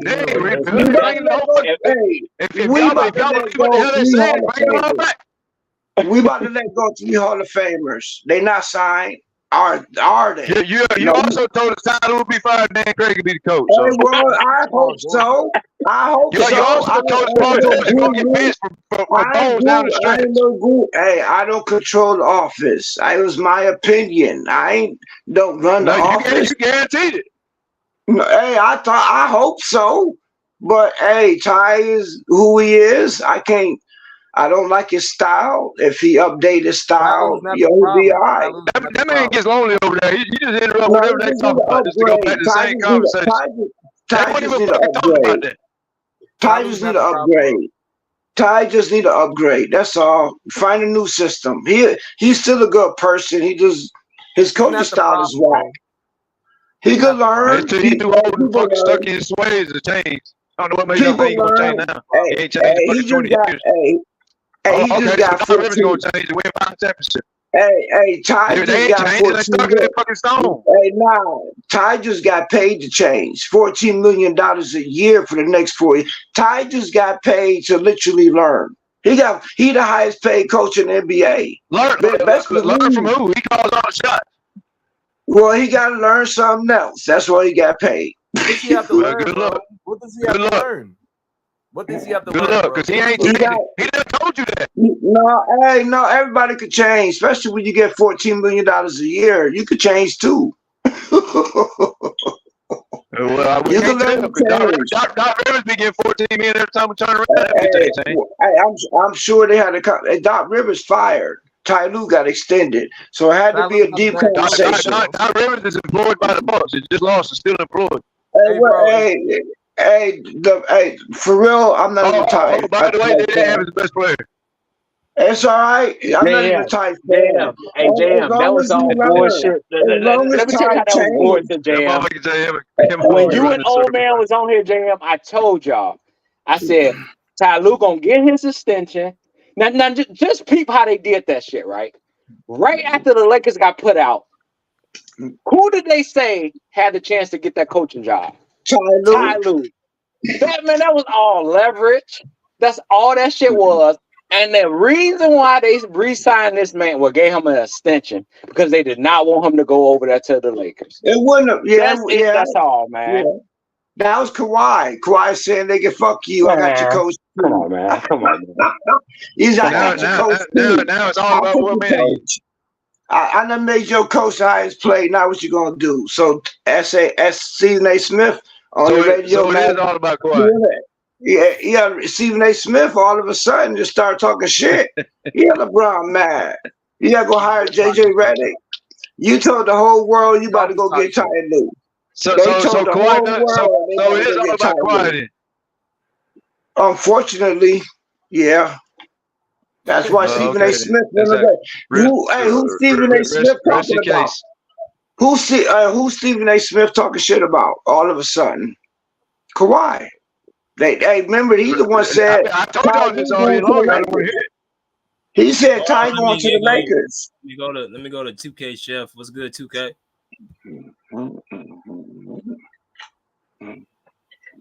Salute, fam. What's good, bro? Y'all hear me? Bro? Yeah, what's good, 2K? Salute, man. What's good? What's good, man? Hey, congratulations. I feel like Stephen A. Bro, I feel like Stephen A. ruined the way we talk about basketball, bro. This negativity, bro, for no reason. He came at Kawhi for no reason, right? It was for no reason. He just came at Kawhi. I'm asking. Yeah, for no reason. Yes. Yeah, that's what I'm saying, bro. This dude, bro, for no reason, just coming at people. And I'm not saying, you feel me? I'm not saying that everybody perfect. He mad because everybody listened to Jaguar Wright about the P. Diddy situation. Nobody listened to his video, so he had to make another video, bring up something so people talk about him. That's what he's mad about. And he mad because Kawhi stole their coach. He told LeBron coach, nah, Ty Lue, I got you. Fuck you, LeBron. That's what happened. Y'all saying he mad at LeBron? Stephen A. mad at LeBron? I think that's cap. He likes. I don't. That's what Stephen A. mad at Kawhi because LeBron mad at Kawhi. The whole world thought Ty was going to the Lakers. They're like, oh, Lakers' next coach is Ty Lue. LeBron want Ty Lue. That wasn't the news. Somebody help this man. Right? Wasn't it? Bro, am I lying? Did they say on ESPN they put Ty Lue up for the front runner? They put Ty Lue up for the front runner. Then all of a sudden we made him the richest coach in NBA. That was personal. Bro, I think that's just how Stephen A, bro. That's just how he talked, bro. Okay. He been doing this for years, bro. That's just Stephen A. You feel me? You got, like BJ said earlier, bro, you either love him or hate him. That's just Stephen A. He do that type stuff, bro. Y'all seen how he was doing with Kyrie before he switched up? Yeah, he definitely did switch up crazy, hard as hell. He did a full pivot. That's what I'm saying. So, I mean, you feel me? You just got to take it how it is. Yeah, it's not because of what he's talking about, Ty Lue. I don't know what. I understand what you're coming from. I don't know what he's talking about, Ty Lue, bro. Yeah, he's drunk. He's put the alcohol down, bro. No. Yeah, put the alcohol down for today, bro. Just put that shit down. Yeah. Yeah, but Stephen A a good entertainer, bro. He a good entertainer. I just don't like how he talk negative about everybody for no reason. You feel me?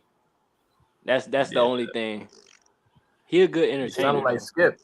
He sounded like his boy Skip. You said I sound like Skip? No, I said he sounded like Skip. Stephen A. Smith. They both like talking shit though. That's why they had a good show back then. It was devastating getting hurt in a period of time. And we grew up off Stephen A, bro. So you know we fuck with him low key. We fuck with him, but it's just like, bro, this negativity shit gotta stop. You gotta learn how to talk basketball the right way.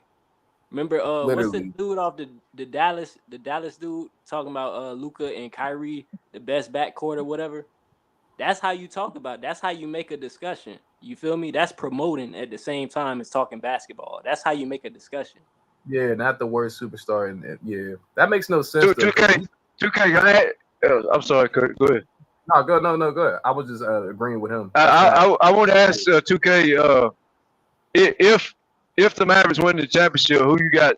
Who you think is going to be the Finals MVP? It depends on who has, because Kyrie is a motherfucker, man. Kyrie is like that. You feel me? So it just depends on who has the better series. I feel like Luka does make. Well, we know that. We know whoever has the better series is gonna be. I'm saying who you think is gonna do. Oh, who I think is Luka Doncic. It's the Luka gonna get it, man. It's 77. It's 77. Luka. It's Luka. So you don't think Kyrie's remembered all the shit that's been said about he can't do this, he can't do that. You don't think he's gonna come out and make a statement? Oh no, Thomas, that shit don't matter. That's not gonna matter. That does matter. We can't act like this. Well, no, it does matter. If Kyrie comes out and averages 35 and they win in 5 games, and Luka's only averages 24, it's going to Kyrie. That's what I'm saying. Who should have won between LeBron and AD? Who should have won that Finals MVP? AD, Anthony Davis. Who did they give it to? That's different. LeBron. Wait. Who did they give it to? Who did they give it to? That's LeBron though. We're talking about. But what I'm saying is, but they want to make LeBron was only like 2 points behind him. They want to make Luka the face. They trying to promote Luka more. They trying to push him out there. They is finna give Luka that Finals MVP if they win the championship, man. Well, why did they give it to fucking Iguodala and Kawhi? I mean, we seen it happen. Go to somebody we didn't pick. Exactly. We're the realest, but I mean, I see what he's saying. And LeBron, it ain't like LeBron only averaged 5 points in the finals. I'll say this though: if Kyrie, all I'm saying, hey, Kurt, you would never see no shit like that again. You would never see no shit like that again, man. That's all I'm saying. Like, what the fuck, man? This is business, man. They just did it to Steph Curry. Everybody says Steph should have won this shit. Thomas, you got your own business, right? So I'm quite sure you know how business works. This is the NBA is a business, man. This is a business, and why do they want to promote these overseas players that can barely talk English? That we can't really relate to. I don't know why, but I get it business wise. They're gonna give it to Luka, man. Yeah, so you really think if Kyrie averages 35, 5 and 5, and Luka averages 22 and 8 and 4, you think they're giving it to Luka? He ain't gonna even average that much. I'm telling you. He's not gonna even average that. Nah. He wasn't shit the first 2 rounds. So we can say he can average that. We can say that. That's a good point. I'll say this though. Because see, this is the thing. I talk X's and O's, but everybody don't like where you just hating on this. But no, if even 2K7 is one of him and Mac Jones is one of 2 of the Mavs fans I can respect and speak basketball X's and O's intellect with. Because they know it's not hate. But when I say you got to make Luka shoot the ball deep, that's because that is his game plan B or C. You don't never lose to game plan A. You always lose to game plan B and C. So all I'm saying is Luka's already shown us that Kyrie can outplay him. In 2 series, he's shown us that, right? Or at least minimal, be 1-1, right? And just like when Luka had 36 the other night, Kyrie matched it. So Kyrie's right there. And here's the thing. they're probably going to put Drew on Luka, even though I would put Drew on Kyrie, and I would put Tatum on Luka. That's what I would do, but I'm not the coach. So it is very possible that Kyrie has the better series. So I think it's actually legitimate that Kyrie can win the Finals MVP. But because if Luka only averages 22, say 8 and 5, and Kyrie puts up 35, 5 and 5, there's no way you think they're still giving that to Luka, right? Wait, hold up. No, it's not. That's a good point, though. They're not gonna give it to Kyrie. They're not gonna give it to Kyrie because it's Luka team. Same way they didn't give it to Kyrie. I'm trying to tell them, man. I'm trying to tell them, man. They're not gonna give it to Kyrie. They're not gonna give it to him. That's Luka team. Okay, so answer my question. If Luka has 22, 8, and 4, okay, and let's say he averages 5 turnovers because he's done that a million times, so we know that can happen. And I'm not hating on dude, but we got to keep it real. We can't get up here and fabricate stories. We got to talk about what's real. So if Kyrie averages 35, 5 and 5, and with 2 turnovers, and say he has a better plus minus. Let's say he had a better plus minus because he actually had a better plus minus than LeBron in the finals. So don't tell me he can't do it. So listen to what I'm saying. 35, 5 and 5. With averaging 2 turnovers, and he has a way better plus minus. And Luka only averages 22, 8 and 4, and he averages 4.7 turnovers. And don't tell me he can't do it because we've already seen it a million times. So if that's the case, 35, 5 and 5, 2 turnovers, and a plus minus, you still don't think they give it to Kyrie? They're giving it to No, I said keeping it real. Keeping it real is knowing that they're not going to give it to him only because it's Luka team. The only reason he didn't give it. That's not true. That's not true. They gave it to Iguodala and Kawhi. Kyrie deserves MVP. They done it before. I agree with you, Thomas. Thomas, I agree with you. Thomas, I agree with you. I agree with you on that, Thomas. LeBron got it. How come LeBron got it when Kyrie won that series with the Cavs? How come they gave it to LeBron when Kyrie clearly won it? LeBron had better numbers. LeBron had better numbers. Kyrie saved that game, man. The same way y'all saying now is my whole point is why they're not gonna give it to him. All I'm saying, Thomas, I hear what you're saying, Thomas, and I agree with you. All I'm saying is with that whole I'm not saying agree with me. I'm asking y'all. No, what I'm saying, about it. What I'm saying is, I gave you a scenario that's very realistic. I'm giving it. What I'm saying is, we would never see that again, though. We would never see that again. That's a ladder, realist. That's not okay.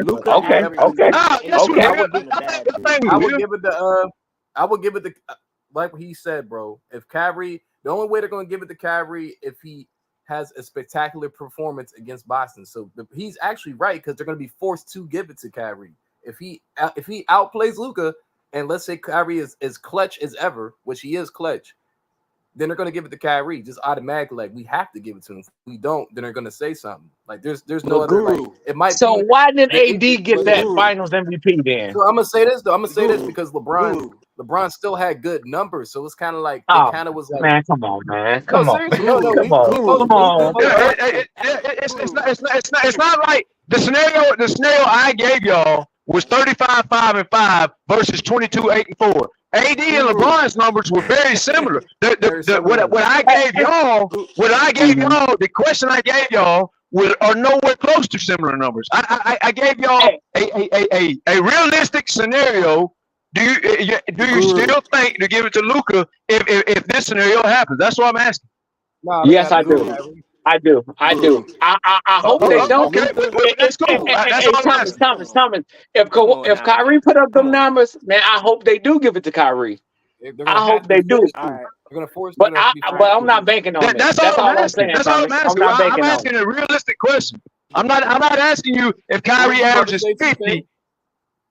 My shit on mute. Like what the fuck? Oh, we can't hear you. No, good.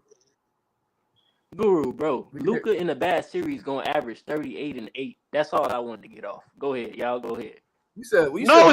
He ain't averaged 38 this playoff. The fuck? Nah, in the bad series, he can average. I'll say this though. He averaged fucking he averaged like low 20s and hardly and like What he averaged versus the Clippers? That shit was ass. I think it's cap. 28. I think he Yeah, averaged. the only reason, 30. but the majority of the play. So who was the better player in the first round? Kyrie or Luka? Kyrie. That's questionable. They both wasn't pretty good though. They probably was like equal. Luka was not good weird. his whole first 2. Right, but if you watch the games, play, who was the better player? Kyrie. He was the more impactful player. Okay, so let me ask y'all this: if they go with and this is something I wouldn't even do. Y'all know how I am. I didn't even want T-Man on Luka. I wanted T-Man on Kyrie and Kawhi on Luka. So I'm asking y'all, if they put Drew Holiday on Luka, that's actually going to help the Mavericks, in my personal opinion, because to guard Kyrie, you got to be low to the ground. Yeah, because you got to be low center to the ground. Kyrie is too fucking. Not only is Kyrie dribbles the ball half inch off the court, he squats his knees and he gets real low with it because he knows his IQ is so fucking high. He knows you can't touch his dribbles. Because he dribbles. You ever watch the man dribble? He dribbles like they teach you in middle school. Keep your dribbles low, and when you cross over, keep it even lower, right? That's how he plays the game. So Drew Holiday is hold on, Jay. You always trying to interrupt somebody. Drew Holiday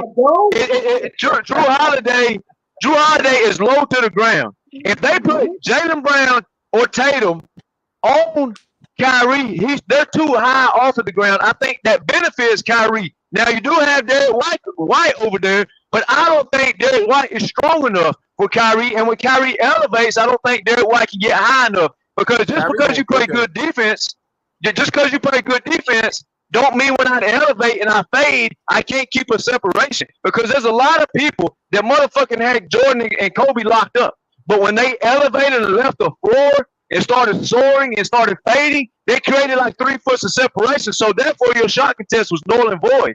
Even though you had a great contest, it wasn't there, right? So what I'm saying is, I think they're going to put Drew on Luka, which is going to benefit Kyrie. So I'm giving you a realistic scenario. I'm not saying Luka's averaging 5. I gave you 22, 8, and 4. I understand, like 2K or somebody else said. I understand he can average 35. I understand he can do that. But we also have seen him and all-stars, not just him. We've seen guys have a lesser series, right? Like Steph Curry. Nobody in the world going into the finals, Golden State versus the Cavaliers was going to have Kyrie averaging 29, except for a few of us. But I'm talking about majority. Nobody was going to have Kyrie averaging 29 and Curry only averaging low 20s. Nobody said. They also, let me give you another example. When Chris Paul got hurt, after Chris Paul got hurt, Steph had monster games and elevated his average. However, he was only averaging like 22 or 23 in that series. I'll give it 24 at most. So don't tell me it can't happen. It can happen, but that doesn't mean Steph sucks. That means the priority of the defense was focused on keeping Steph, and that was a credit to Chris Paul. He had Steph Curry shook in that series. That's no shade on Curry. It's just facts. He had Curry shook. So we've seen Luka do this before. Now, I'm not saying Luka's averaging that. I'm just asking you a scenario. If this happens, do you honestly think they're giving the MVP to the guy who averaged 22, 8, and 4 over the guy who averaged 35, 5, and 5? I'm not saying that's what's going to happen. I'm just asking you, do you think that's possible? Guru. Luka's not averaging 22. That's a disgrace. That's not my point. The point is, can Kyrie? That's not the point. The point, he's also human. We also see Tom Brady score 14 points in the Super Bowl. Everybody says he's about to score 40. It can happen. All I'm saying is, if it does happen, do you think they still give it Luka the trophy? That's all I'm asking. I'm not saying it everybody said Kyrie. Everybody said they're giving it to Kyrie. But Luka's not averaging 22. I'm telling you, in a bad series, I don't he's think averaging 30. That's a different conversation. That's a different conversation. That's a prediction conversation. I'm just asking you, are you telling me that they're going to give it to the guy who has 22, 8, and 4 opposed to a guy who has 35, 5, and 5? Bro. They gonna give it to Okay, that's all I'm asking. That's all I'm asking. Go ahead. I'll say this though, bro. Because I'll give you a better scenario than that, because I like that scenario. If Luka averages, let's say he averages 26, 7, and 7, right? But Kyrie averages 30, that's cool too. And Kyrie averages 30, 5, and 5, and it was clutch for like 3 straight games. I'm talking like he hit like crazy shots. They're gonna give it to Kyrie, bro. Like I think, if Luka I think so too. 30, yeah, let's say this: if Luka averages under 30, and Kyrie like hits 30 and is efficient and still giving you like assists and maybe like you said like 5 rebounds, you're gonna give it to Kyrie. If he's just more impactful, if Kyrie is the more impactful player to me, and it's obvious, they're gonna give it to Kyrie. But it has to be obvious though. It can't be like what he did with LeBron. Yeah, right. Well, that's why I said 22, 8, and 4, just so they wouldn't argue something stupid. Because if I say 28, 7, and 6, and he averaged 5 turnovers, and his plus minus was fucking minus 13, you know they gonna average some stupid. I made it so they couldn't argue. That way you can give me an honest answer. Would it be Kyrie or would it be Luka? But I agree he's going to average more than 22. The man's right. I agree with that. But I just made it so that you couldn't give me a stupid argument. And well, not actually, just one input. Actually, it has happened. So I was wrong. I did, I had to go back do some more research. Kawhi was the best player on the Spurs, but he wasn't actually the best player. He had the most input. KD was on the team with Steph and Clay. KD walked away with the MVP. So yeah, it is possible for Kyrie to actually get it, and he deserves it. Yeah, he deserves it. You know what I mean? I had to rethink my original position of they're not going to give it to Kyrie, but they can give it to him. That's all. Come on, bro. They gave it to Andre Iguodala, man. Come on. Well, I had to research. I said I had to research. I said I had to research. I had to go back. That's good shit, Jam. Good for re-looking at it. But it's even more. It's even more to what the Riddles was saying. The fact they gave it to the guy who actually guarded LeBron tells you right then and there they'll give it to somebody else. They give it to the because that's a slap. That's a slap in the face to give it to the guy who actually was locking up LeBron. Like that's embarrassing LeBron. And they did the same thing with Kawhi. The 2 guys that actually was on LeBron is actually embarrassing LeBron by giving them the trophy. So yes, they will do it. It should have been Steph Curry. Wasn't that the same year? Wasn't that the same year? How they were saying the voters really wanted to give it to LeBron, but they felt that would have been disrespectful, giving it to the person that on the losing team. That was the same fucking year, man. So like I said, man, like I said. They not gonna make that. They're not doing that shit no more, man. But the point is, they could have gave it to Curry. They could have gave it to Curry, and actually some of those playoffs, if you want to get off points in the box score, and all y'all know this because most people on the panel right now have made good points. So same this. If you want to get off the box score, get off the points column. You know what I'm saying? Get off the point. Thinking basketball, you actually can argue. There's been many times Draymond was the best fucking Golden State Warrior on the court. That's a good point, though. If you don't just look at points, I would just say this though: if you look at the game, like that whole series, 2015, you're giving it to Steph Curry because it's off his impact. Without Steph Curry, they're not winning that championship. So Steph Curry should. Well, I felt like they was gonna give it to Draymond if they would have won that Game 7.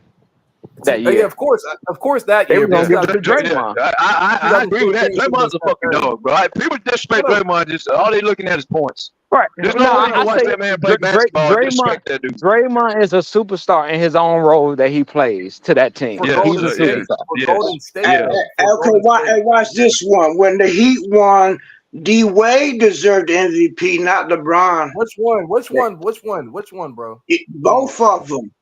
Both of them. All right, bro. Stop. Both of them. For real. Stop, bro. Hey, watch this. D Wade damn near broke the record for free throw attempts. And matter how many free throw attempts they gave D Wade. That's why they won. That's how they actually won. And the other one was Ray Allen. If Ray Allen didn't hit that 3-pointer, they wouldn't have won that one. It still goes. Ray Allen could have got MVP for that one. Shit. We gotta end it there. Think about it. My bad, but think about it. Yeah, we're gonna have to end it there. Shit. We on 3 hours and 30 minutes. But we gonna have to end it right there. We've got some stuff to do today, but we'll be back on tomorrow. Appreciate y'all coming in, man. Any last words? All right, fellas. All right, Hold on, y'all. BJ, get everybody's prediction on NBA Finals real quick. Oh yeah, I got the Mavs. Let that be our last words. All right, you got the Mavs. What about you, Mingle? Oh, Mingle ain't on. What you got, Sean? Oh no, I'm here. I got Dallas, man. I'm going with Dallas. I'm gonna be very honest here. This is the way I'm watching these guys coach this thing. I'm gonna give you both ways. Both teams can win, and I'm 50-50. They're split on this. I'm being honest. I thought there was no way in the hell I was gonna watch Minnesota go over the top of the screens after he watched what Ty Lue did. If Boston goes over the top of the screen, the realist is gonna be right. If Boston goes under the screen and make Luka turn into a long distance jump shooter, I don't care if he hits 6 threes, Boston is winning the series easy. But if they go over that fucking screen for the whole series and he gets to get in there and do them floaters and lobs and shit, I gotta see the schematics because at this point, I don't think you're beating Dallas if you go over the screen. I just don't. So you don't have a pick. Thomas, man, pick a damn team, man.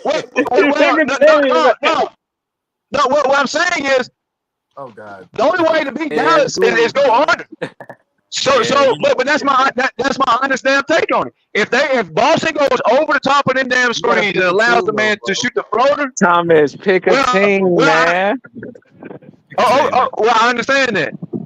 I'm stuck on it. I'm going to say I think Drew Holiday has enough sense to go under the screens, and I'll go with Boston. But I won't be surprised at all if Dallas wins this. So so you picking Boston? I'm gonna go with Boston then. You go to Kurt. Yeah. Go Kurt. All right, I'm not going to say what he just said though. I feel what he's saying though. I got Boston though. I think I got Boston. But I'll say Boston in 7 though. A lot of people think this is going to be a 7-game series, y'all. This is not going to be an easy series for nobody. But Boston, Jaylen Brown in Finals MVP. That's my final pick. That's a possibility for sure. And 2K, I know you got your hometown team. Hey man, salute BJ, salute Sports Guru, salute panel, bro. Salute chat. Mavs in 7. Ain't nobody guard 77. Ain't nobody guarding 11. You feel me? Not the best defense in the world gonna stop Luka. All right. Lou Dort did something about that, but all right. He won though, right? I know. I mean, BJ's got to close it out, so he just. But yeah, I mean, Celtics tough. I agree with 2K stuff. Especially if Boston goes this goes for the next 10 years. If you're going over that fucking screen, you're losing the game because Luka's gonna throw the lob every time your center's fucked. Every time. The only way to beat them is go under. You'll see it either this year or next year. Whenever they do get beat, it's going to be because the defender goes under the fucking screen and turns him into a Steph Curry. Oh yeah, we need Lively healthy though, y'all. We need Lively healthy. That's it, bro. I keep forgetting about the centers. Oh god. Yeah, Porzingis is coming back. He's healthy. So everybody ought to be healthy right here. Celtics tough. I should have said that. If Porzingis is healthy, y'all, Boston. If he's not, then I might pick Mavs. Shit. Oh, is Porzingis healthy? It's supposedly. Yeah, Porzingis is back. Porzingis is probably my second most important X factor of the series. Because Porzingis can stand outside and keep the big man out the paint. And then if you put a small guy on it, he can post you up. He's not like Karl-Anthony Towns. He'll at least try to fucking post up. Karl-Anthony Towns stands out there and shoots 900 threes a game and then wonder why they lose. All I'm gonna say is y'all prepare yourself to see this duo last run in the finals. Because after this, they're gonna be broken up. So Oh, you talking about Boston? No, you talking about Boston. I'm talking about Boston, bro. This is gonna be it for them. No, I agree with it. I agree with it. They can win though. I agree with this all day today for some reason, but he's right. They're gonna have to split that shit up if it don't work again. I still say okay. That's another reason, the realist. Yeah, I just thought about Kurt, whoever. Kyrie's playing his ex team. That's another reason he's gonna try to get this Finals MVP. He's gonna turn one to end that LeBron bullshit, and two because he's playing his ex team. Yeah, Kyrie's turning up, bro. Kyrie's gonna turn up. Yeah, he better turn up, man. Okay, she should have beat this team, bro. I still stand on that shit. I'm so Yeah, they did. Go ahead. They did, but it's, it's Dallas and Boston, and we're gonna see what happens, man. We're gonna see what happens in this series. When's the first game? Next week? It's next week, the 6th. Thursday. The 6th. Damn, man. I might hit 90 years old by then. What the fuck? Hey, that's worth it though. That's a lot of prep time, bro. A lot of prep time. When's game 2? Saturday? The 9th. So 3 days till Sunday, I think. Oh Friday. Shit, man, they got hella rest time. But that's the finals though. It's always a 2-day break. So yeah, I didn't realize you had to take this long of a break though, because I understand it. I think Drew Holiday and Kyrie's going I'm a believer. If they go over that fucking screen, it's gonna be a long series, bro. That lob's a lively shit, and Gafford, man, that shit's deadly. But if they go over that shit, I'll be mad at the motherfucker. I'll be mad. I'm tired of watching that shit. Every time he comes down the court, no matter who the fuck is guarding him, he's going off the screen and down the hill because you go over the screen time after time. Who's gonna be smart enough to figure this shit out? That's what I'm waiting on. Yeah, you can't stop it, bro. You can't stop it. That offense, bro. Well, if he go under it, he has to beat you from deep. Because if he goes on the other side of the screen, the point of attack defender at all times is going to be quicker than Luka because he's slow, right? So if you go under, you're going to beat him to the other side. He's going to have to go back the other direction. When he goes the other direction, you're going to beat him to the other side because he's slow. He's going to be forced to sit behind the screen and shoot the ball deep, but he's not going to be able to get in the paint. That's how you stop the fucking floater. I'll say if you don't stop the floater, you're not beating Dallas. Celtics have to play defense like OKC played defense. PJ Tucker won them that series. That's all I got to say. If it wasn't for PJ Tucker, they wouldn't have won that series.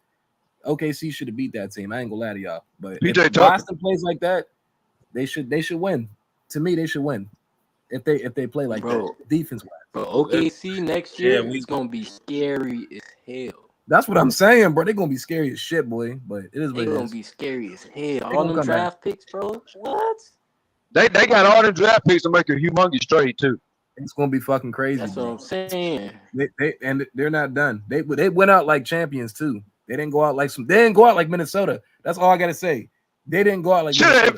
I told BJ this other day. If Paul George decides he does want to leave the Clippers, if he makes that decision, right, go over there and play Skitty. Go over there and play Skitty. Replace Skitty. You ain't got to do shit. SGA do all the hard work. Holmgren protect. I'm feeling good. Feeling alright tonight.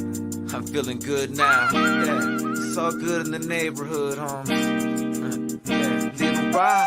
I feel good. I feel alright. Cruising through my neighborhood on a warm summer night. I feel good. That's right. I feel good now. Summer night. Summer days just sitting around, but when the sun goes down, I'll be ready to party.